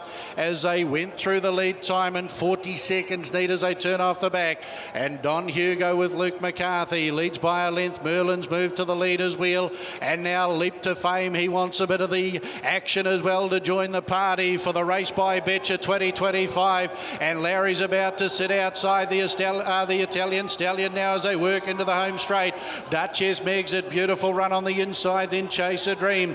They're followed by Don't Stop Dreaming, Hoka Connor. Republican Party's had a shuffle up. Rakiro Rocket, Pin Seeker opening quarter, 29 and 8. They've got a circuit left to go and they're turning it on for us here in the Waikato. Don Hugo and Leap to Fame. Lead by 2, Duchess Megs it. Merlin's 1-1 for Zachary Butcher. Chaser Dream on the inside of Don't Stop Dreaming. Hoka Connor 4 back and buried on the pegs from Republican Party. Pin Seeker, Rakiro Rocket the second quarter in 28.2. And it's Don Hugo and Nick on the outside. Leap to Fame, 2 lengths, Duchess Megs it. Up on the outside, Merlin now moves to third as a speed, now right on, down to the 550. Chaser Dreams away from the pegs. Hoka Connor, Republican Party, Pin Seeker, Rakiro Rocket drifting away. Don't Stop Dreaming. Round to the 400, the Betcher 400. The back straight quarter in an electric 27 and 5. Don Hugo Leap to Fame on the outside. 2 lengths Merlin for the TFS Horse Transport passing lane. Then Chaser Dream. Top of the home straight. Leap to Fame's got to Don Hugo. 2 lengths Merlin. Down the outside. Chaser Dream. It's Leap to Fame in front by 2. Chaser Dream's the danger down the outside. Leap to Fame, the legend of Larry's landed in New Zealand and he's got the race by Betcher. And Leap to Fame, 50 career successes and what a way to bring it up. Chaser Dream second and Merlin third. Pin Seeker big run. Don Hugo further back in the field. Republican Party. Rakiro Rocket further away. Hoka Connor. They were followed in the end by Don't Stop Dreaming and Duchess Megs it. Oh, is that time right? It couldn't be right, could it? 2:33.68. It will be 1:52.4. Will be the mile rate. And the final quarter, 28.3. Absolutely smashes the New Zealand record, and he's done it, all the work. He was taken back, he came forward, he sat parked. Ladies and gentlemen, we've been waiting a long time to see this horse in New Zealand. He hasn't let us down, the son of Bitter's Delight. Leap to Fame. Larry the legend. What a win. He will take the race by Betcher for 2025. Grant Dixon and, of course, the Solid Earth Proprietary Limited, owned and slot holders. Leap to Fame will take the race by Betcher, beating out the 9 Chaser Dream. Merlin last year's won a good run. He'll finish off third, and Don Hugo will just hold on for fourth in front of a Pin Seeker who has rocketed home. Let the horse do the talking. Let the man do the talking. That is one of the most incredible performances you will ever see. Racing 1 off the pegs the entire way, obliterating, absolutely smashing the New Zealand record. Adam, what do we have to say about this horse? All you say is that somehow, when the chips were down and people were starting to say the challenges are coming for him and they might even get him, he's come out and produced his greatest performance so far. That is the greatest. I've seen him at Albion Park. I've seen him in a Miracle Mile. I've seen him in a Hunter Cup. Grant Dixon was a man possessed tonight. He was obsessed with crushing Don Hugo. Let's get to Brittany Graham with, I would imagine, an extremely elated Grant Dixon. I'd say Grant is probably in awe of his horse and he knows him better than any of us. Grant, that was quite astonishing. Tell us how he felt. He was in beast mode tonight. Yeah, he's amazing. Like, he was off the track for so long, and then obviously, had to try to keep making it a staying race, and yeah, he's amazing now. He just keeps knuckling out and just keeps powering.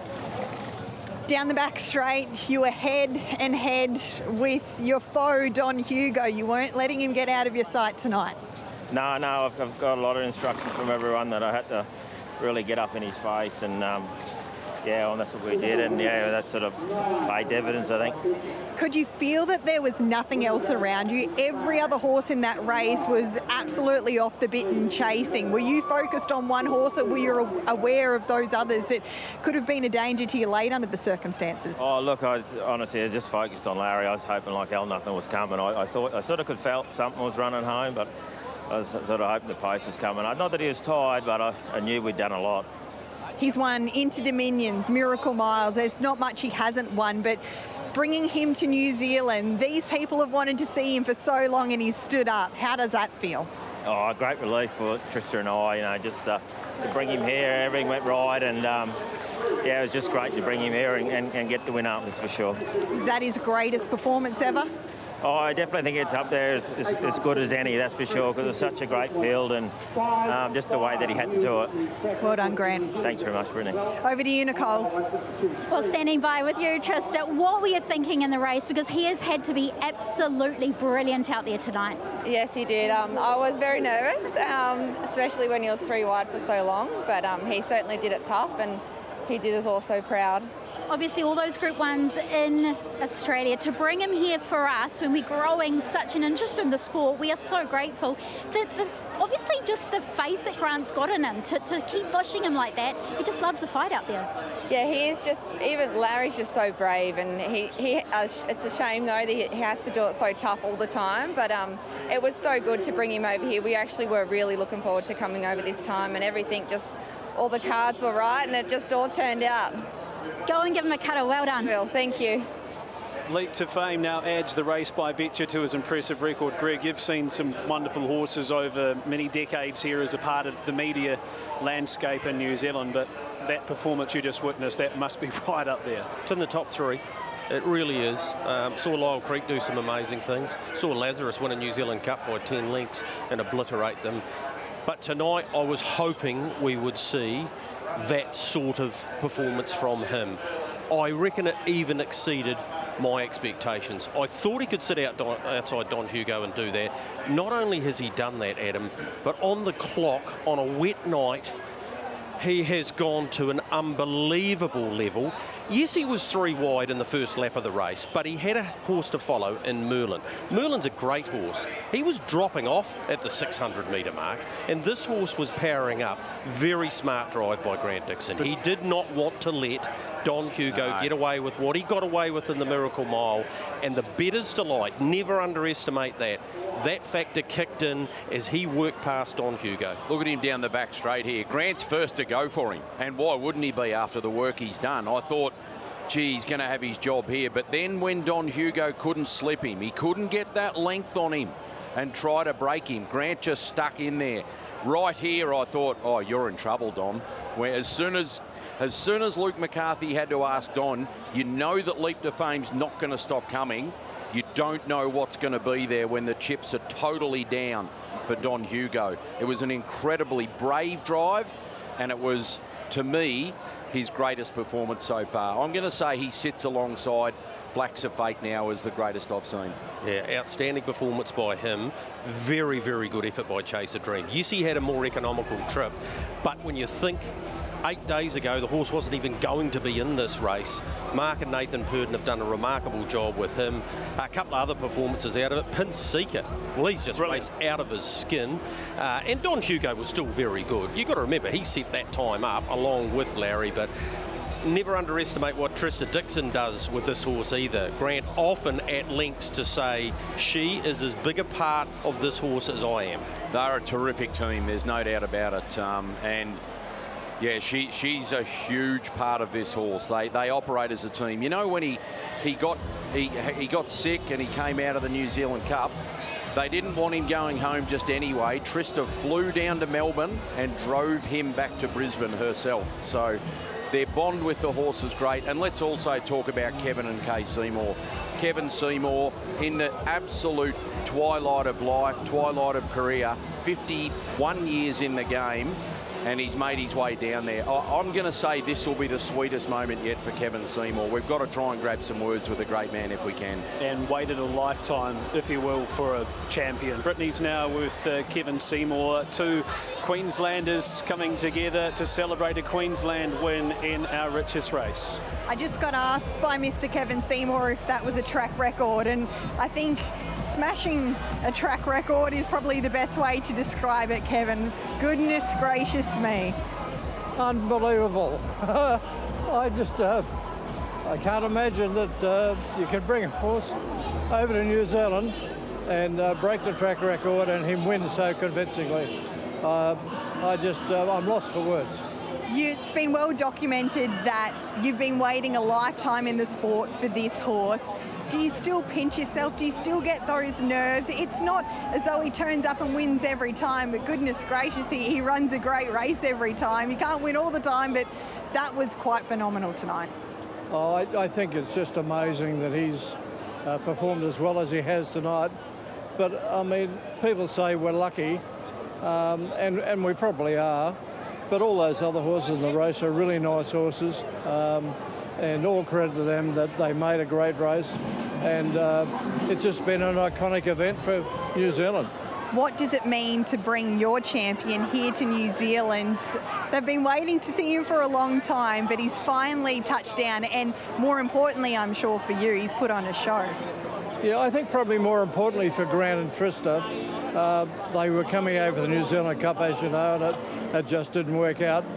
But they brought the horse over, the first time they've ever brought a horse of Leap to Fame's quality to New Zealand, won their iconic race, you know, their best race in the country, and it's a great tribute to their training and the way they look after the horse. It's part of the family, and you know, they're so much in love with the horse, you just can't express how appreciation for Kay and myself for what they've done with him. Where does this stack up for you? And I know I've asked you this question a little bit into Dominions and Miracle Miles. I pose the same question to Grant, but to bring him here to New Zealand, it's not easy to do. Well, yeah, and one of the things we wanted to do was bring him over and see how he competed with the New Zealand horses, and to show New Zealanders just what quality he was. I think we've done that tonight, and I mean, we're delighted to have raced against your best horses and be able to come home first. And I think it's going to be good for his stud career that we've brought him over and showed New Zealanders just how good he is.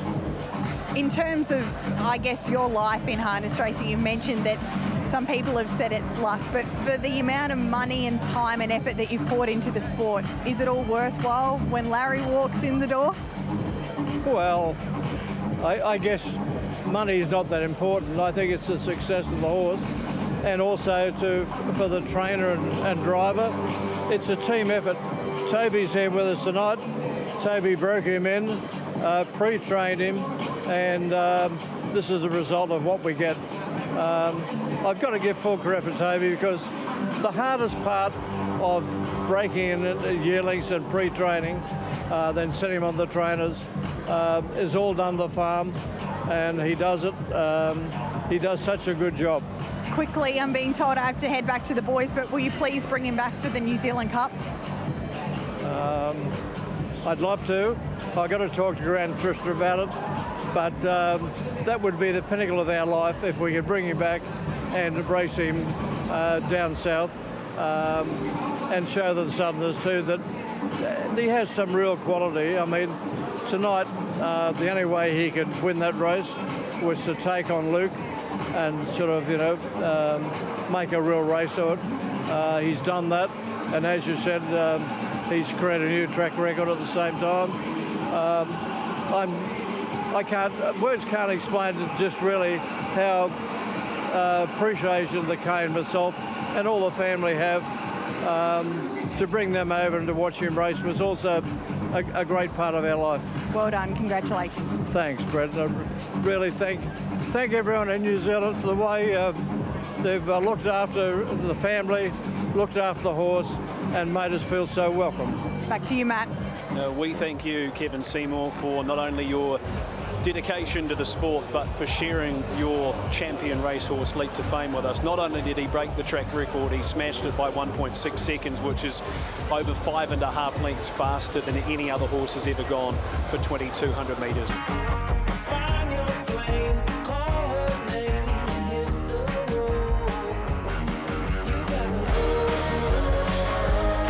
But RC Phoenix for the TAB Trot of 2025.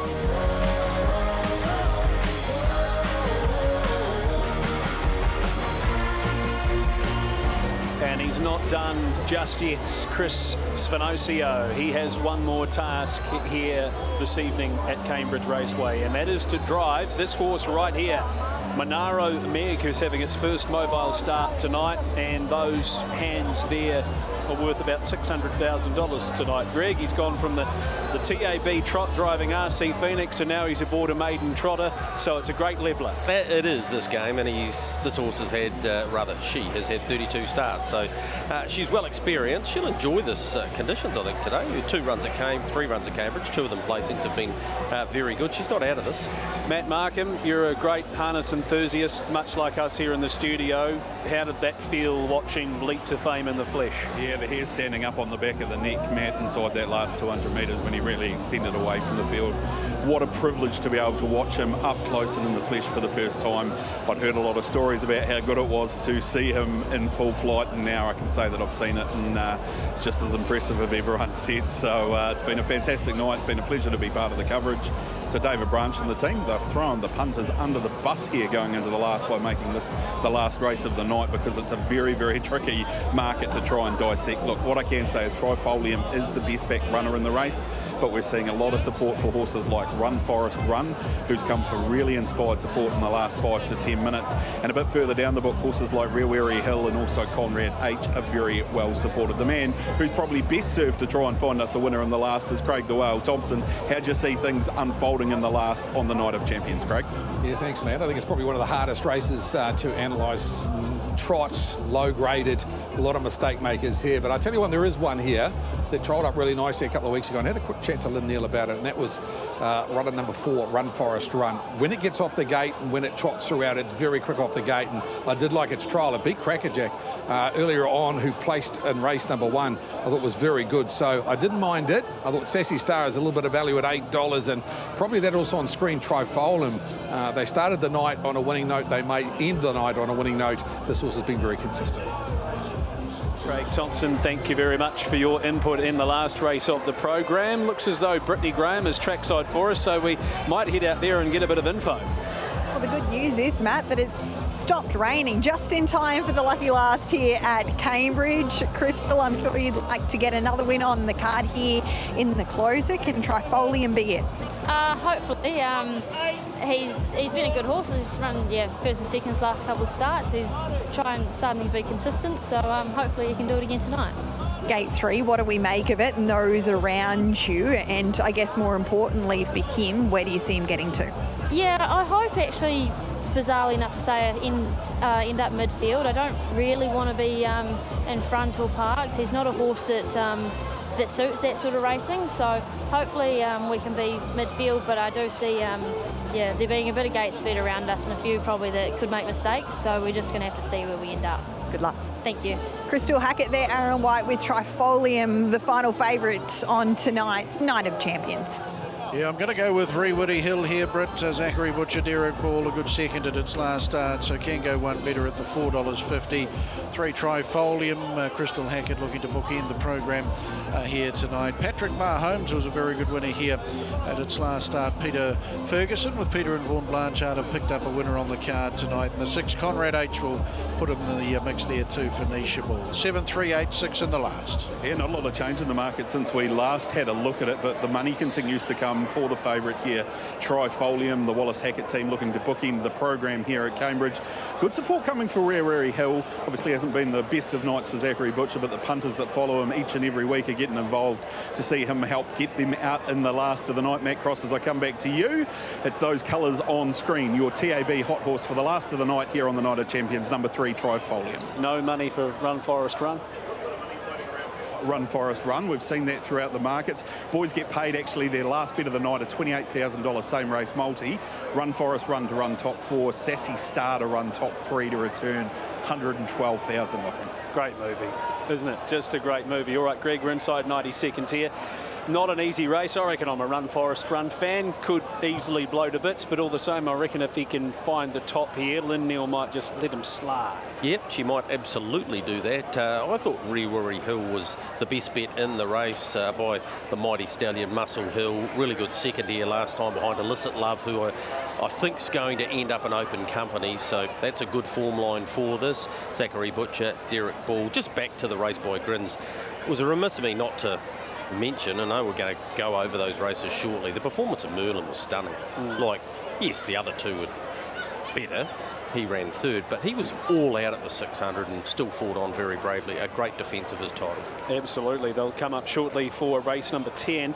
After this, we will have the last race out of Addington. Do stick around, and we'll take in a race from Cranbourne, their 6th, and just after 9:45, we will recap the night here on your Night of Champions. It's been a pleasure to be on track and witness the superstar himself and Leap to Fame doing what Leap to Fame does. And I don't think that he had anything to prove, Greg, but Kevin Seymour hit the nail on the head. I think in terms of his stud career, the fact that he's come to New Zealand now, I know that it probably doesn't matter, but we probably have him a little closer to our hearts now that we've all been able to witness him in the flesh. I know you've spoken to me about how important it was for you to see him, and now that we've seen him, we just love him. No, stunning, and particularly from the stallion point of view, although Kevin made it quite clear it's not about the money, it was about the horse, it was about Grant and Trista, and they got the job done, and they didn't just get it done. He bolted in. It was an amazing performance. What a sire he could be. His brother's a freak. Goes okay. Mum went quite good as well. Yeah. One to go here at Cambridge Raceway. Thanks for your calls here tonight, Aaron. As we come upstairs, I'm sure that you have enjoyed calling some wonderful performances here this evening, but you've got one to come, my friend, the last on the card. Thank you, Matt. Yeah, I've called some great horses over the years. Larry's gone to the top of the pile now. Down they come, set and ready. Green light. Dunstan Horse Feeds, Mobile Trot Field are go. And coming out nicely, Trifolium underneath it, Sassy Star. Off stride, Run Forest Run. Coming forward was Conrad H. Crazy back on the inside. They're followed then by Monaro Meg as they make the turn out of the home straight. Rewoody Hill is back in the field here with Patrick Mahomes, and Run Forest Run. Well, he's going to have to run his legs off just to catch the pack because he's a good 25 lengths behind them. So they trot up into the back though, and it is Sassy Star, Matthew White to take up the running by 2. In the trail is Crazy, and sitting out parked is Trifolium. Monaro Meg 3 back on the inside for Chris Spinosio, who secured, of course, the TAB Trot with RC Phoenix, and the lead-up time here in 44.5. Into the 1-1 Conrad H, and that's been tracked up by Rewoody Hill. Then Patrick Mahomes, and Run Forest Run. He's doing a great job. He's going to catch the pack as they turn off the back here in the Dunstan Horse Feeds Trot to bring the curtain down on what has been a great 2025 Night of Champions as they work towards the turn. Sassy Star, the mare by Majestic Sun, looking to take them all the way here. Leads by a length on the outside. There was a Trifolium, and coming forward out 3 wide, Patrick Mahomes. Crazy in the trail. Opening quarter, 32.5 seconds as they work down to the Judge Bell, and 1 to go in a crowd that is just waiting with bated breath for Kaylee Bell too. Back on the inside, 3 places back was Monaro Meg. Up on the outside to Conrad H. Then came Run Forest Run, and to its outside was Rewoody Hill and Zachary Butcher. 900 metres to go on the homeward lap. And it is Sassy Star to take them into the back section to the 800 metres. The second quarter, 30.3. Patrick Mahomes up on the outside. Crazy Nikki Chilcott in the trail, and 1-1 is as they work through the back straight there now. Trifolium back on the inside. Monaro Meggs all dressed up, nowhere to go. At the 600 metres, they're followed by Conrad H. Back over on the inside as they trot to the end of the back straight. Run Forest Run, and here's Reewitty Hill taking off from the tail end of the field, circumnavigating the field as they get around to the 400. Sassy Star, back straight quarter, 30.9. Patrick Mahomes out 3 wide. Trifolium 4 out on these. Reewitty Hill and Crazy waiting the TFS Horse Transport passing lane. Homeward bound, and the leader up on the outside now. Patrick Mahomes from Sassy Star. Trifolium through on the inside. Here's Crazy deep on the passing lane. Crazy's flashing home. Trifolium. Crazy on the night of champions. Nikki Chilcott, one of the champions of the raceway, and she's got 700 driving successes. Second over Trifolium, and third Patrick Mahomes. They were followed Reewitty Hill. Further back Monaro Meg. Further back was Sassy Star. And back amongst the tail enders we had there Conrad H and Run Forest Run. Well, a night that gave us Larry has given us Nikki Chilcott's 700th driving success. One of the stalwarts of harness racing in the Waikato. We know that for many, many years. And what a way to finish off what has been, I will say, a crazy night with the weather. The racing's been absolutely fantastic. 247.68, 202.6, 29.4. Loves mobile racing. He's now had the 5 career successes, 4 of them now from a mobile. Had the beautiful run in the trail, the TFS Horse Transport passing lane. And Nikki Chilcott, she's given the little fist pump there too. She knows that's a big milestone. 700 career successes. Good on you, Nikki. And good on you, Aaron White. Thank you for taking us on a ride tonight with your calls of every single race. She's trained some good ones along the years, Greg. She's driven some good ones as well. This one is probably, I would say she's nearly the most, he is rather nearly the most enigmatic horse racing around in the North Island, and she caps off a great night, but there's been some goodies along the way. Yeah, there have been. One number 700 for her in her career. The horse we probably associate with her the most was Disprove, who won an Easter Cup at a very light preparation, just got into the race and stole it. I think David Butcher drove on that occasion, but Nikki's been a tremendous horsewoman, a flag bearer in so many ways, and on a night where we celebrate Dorothy Cutts, we obviously had all of those female drivers here. Nikki's right amongst the absolute top echelon, and 700's an incredible record because she's had a number of injuries, some pretty ordinary crashes over the years, and look at the smile on her face to do this on this night, to get to 700 in front of her home fans and family. She'll be absolutely delighted, as you can see. Well, Brittany, this horse is win or bust, and he's busted the tote tonight. He sure has. So win number 700 for Nikki Chilcott, and of those 700 wins, Nikki, this might have been the most hard fought because it's been a long time between drinks for this horse. You've got the very best out of him tonight. Oh, I think I had the easy job, Britt. I think Tim's done a great job with this horse. He's been an Aussie for a long time, and Tim got him back, and yeah, he's certainly spent a lot of time with them, so it's a rich reward for Tim tonight, so I couldn't be happier for him. 700 wins for you as well, a very special milestone. Oh, too right it is, yeah.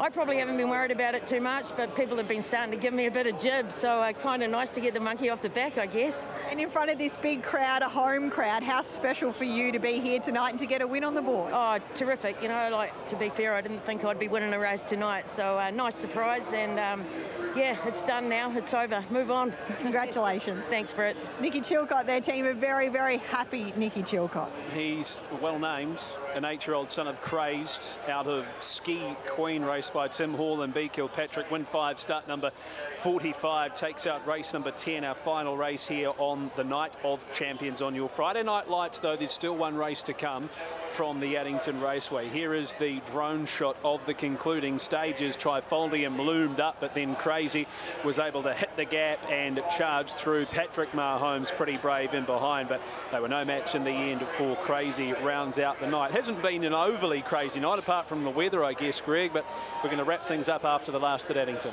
Amazing night, track-wise. Like, I've been here all day. It has been bucketing down, and every time you looked to the skies and thought, oh yeah, it's going to clear, it'd roll back in to Michael Douglas, to Andrew Bublitz.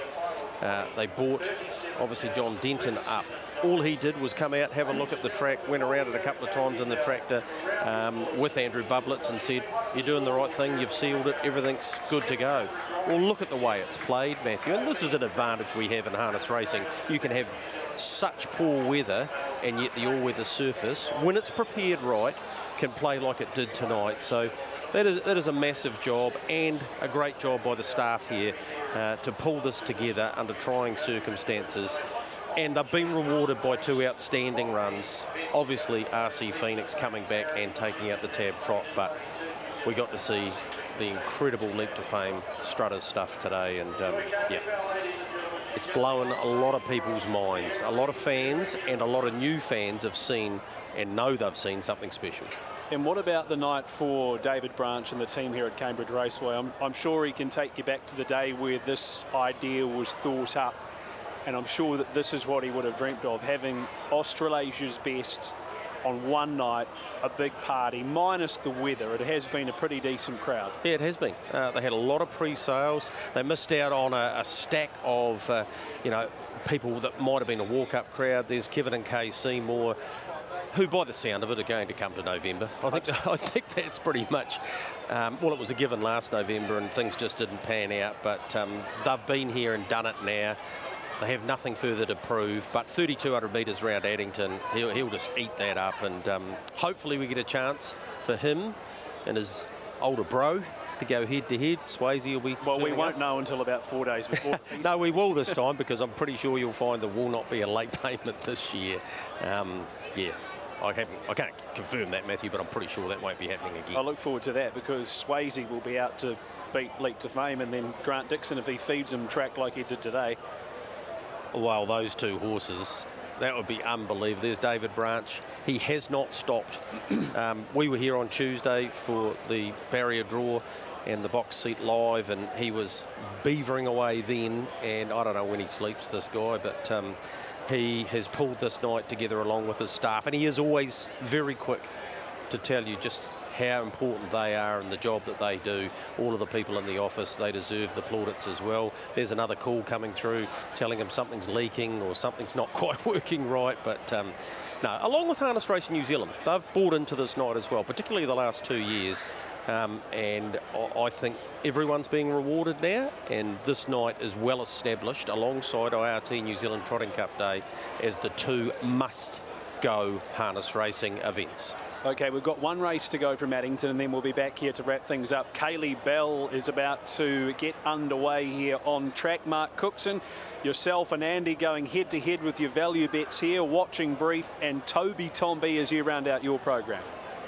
Of champions, Kaylee Bell behind us, she's getting sorted, and the music about to be pumping as everybody has made their way to the inside of the track. Greg, we're about to wrap things up, the TAB Trot and the race by Betcher, and to be fair, neither of them let us down. No, they certainly did not, Matthew, particularly the start in this race for a couple of reasons. We expected RC Phoenix to come out.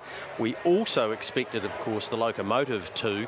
What actually happened, though, with Oscar Bonavina and his break meant that it changed a lot of the configuration. As we have a good look at the start here, there's Oscar rolling into a gallop as soon as the gate left. That left Queen Elida in front. RC Phoenix, all importantly, a length in front of the Locomotive, and he gets down to the markers here. Obviously, Oscar's out of play now. Dropping into the 1-1 was Muscle Mountain, and behind him was Bet and Win. I'm Ready Jet had begun like we thought she might do, not as quick as Queen Elida, drops to 3 back on the fence. In another lap's time, she gets rough in the gate and has a gallop. So here they are down the back.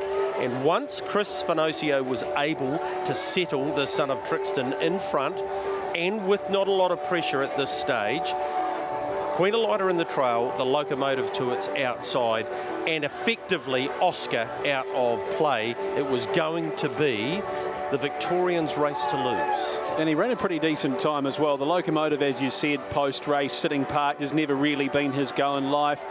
Muscle Mountain bet and win from their positioning's probably too hard to be winning the race. I guess the disappointment is probably not good for Oscar what happened at the start. That's not really good for him going forward, and I'm Ready Jet just never really looked comfortable. No, and either obviously did not as promised, who took himself out of play right from the get-go. He'll be better suited, I believe, when he gets to Alexandra Park, particularly when he gets up to the 3,200 metres of the Rowe Cup. So a lap out, and at this stage you're thinking, well, it's RC Phoenix's race to lose, because when he's in front, Chris Spinosio told us on Tuesday night he can be very, very big and brave and feel good about life, and he's on tight lines here. Chris has got a lap full of horse. The locomotive's working overtime. There goes I'm Ready Jet in a break.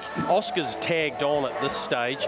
Muscle Mountain, he goes past $1 million tonight. He wasn't able to reel them in, and Bet and Win, he's still sliding his way up to the absolute top level. I know he's won at Group 1 level, but these horses were the next step. There goes Brad Hewitt asking his horse for the ultimate. That's the locomotive. He was terrific, though. He sat outside RC Phoenix and he's fought all of the way. At this point, he probably had every right to drop back and maybe even finish 4th or 5th, but he doesn't. He fights very hard, as does the mare Queen Elida, this remarkable athlete that was bred, of course, by the Mackenzies alongside the Barons, and they've just had a wonderful run with her. She's a $1 million earner here in New Zealand. She now goes past $1 million in Australian earnings as well. She was super. The locomotive, Muscle Mountain, Bet and Win. A great addition of the TAB Trot, but a great result for the Connections, Chris Spinosio and his family. Bet and Win in 12 months' time is probably going to be able to be in a situation like RC Phoenix was. Now, this is one of the greatest horse races I've seen live, and to be able to sit back and enjoy it away from when I'm normally calling, you're a part of the race when you're calling it, but when you're able to sit back like we are tonight and watch this unfold live, about here, Leap to Fame. He's not flat, but he's being asked for the effort. Merlin's being asked for the effort. Duchess Meg's had enough, and the pressure went on to Don Hugo. Two big factors here. One, Grant Dixon said he was going to eyeball Don Hugo if he could, because he thought he had the superior stayer. Tick that box. I mentioned the Better's Delight factor before. Like, Merlin's off the bit here. Chase a Dream had a really economical trip, and right about there you thought he might run onto the back of Leap to Fame and give him something to offer. But what makes this horse a champion is right about here. Grant asks him for the ultimate. Not only does he start digging in, but he pulls away again from Chase a Dream. Merlin was extremely brave. Very good run, Don Hugo. Pin Seeker, terrific too. But all the plaudits go with Grant and Trista Dixon, the Seymours, and this wonderful stallion Leap to Fame. Brittany Graham, I hope you can hear us. You're down there. I'm not sure if you're in the mosh pit or not. I can hardly see you. There's no lights on. Are you in? Come in. We're here, Matt. We're close enough to the mosh pit. We might get in and amongst the action after this. But Adam Hamilton, what a night for the Australians, sweeping the pool. But that's what we need. We need Trans-Tasman rivalry in this great sport, and it's as heightened as it's been in a very long time presently. Honestly, like you're right about everything you say, but we've seen great moments from Leap to Fame, but that's the greatest yet, isn't it? And he's done it on an international stage in front of a harness-loving country. And to go down to the stables and have Barry Purdon, Mark Purdon, Crandell Getty, all the horsemen come up and just rave about what they've seen. It's one of those pinch yourself moments. It certainly was. So he heads home now. He heads back to Queensland to prepare for an Inter-Dominion campaign. It would be remiss of us to not discuss RC Phoenix. So wonderful for Chris Spinosio and his family, and the emotion after that race was something I probably haven't ever experienced on a racetrack.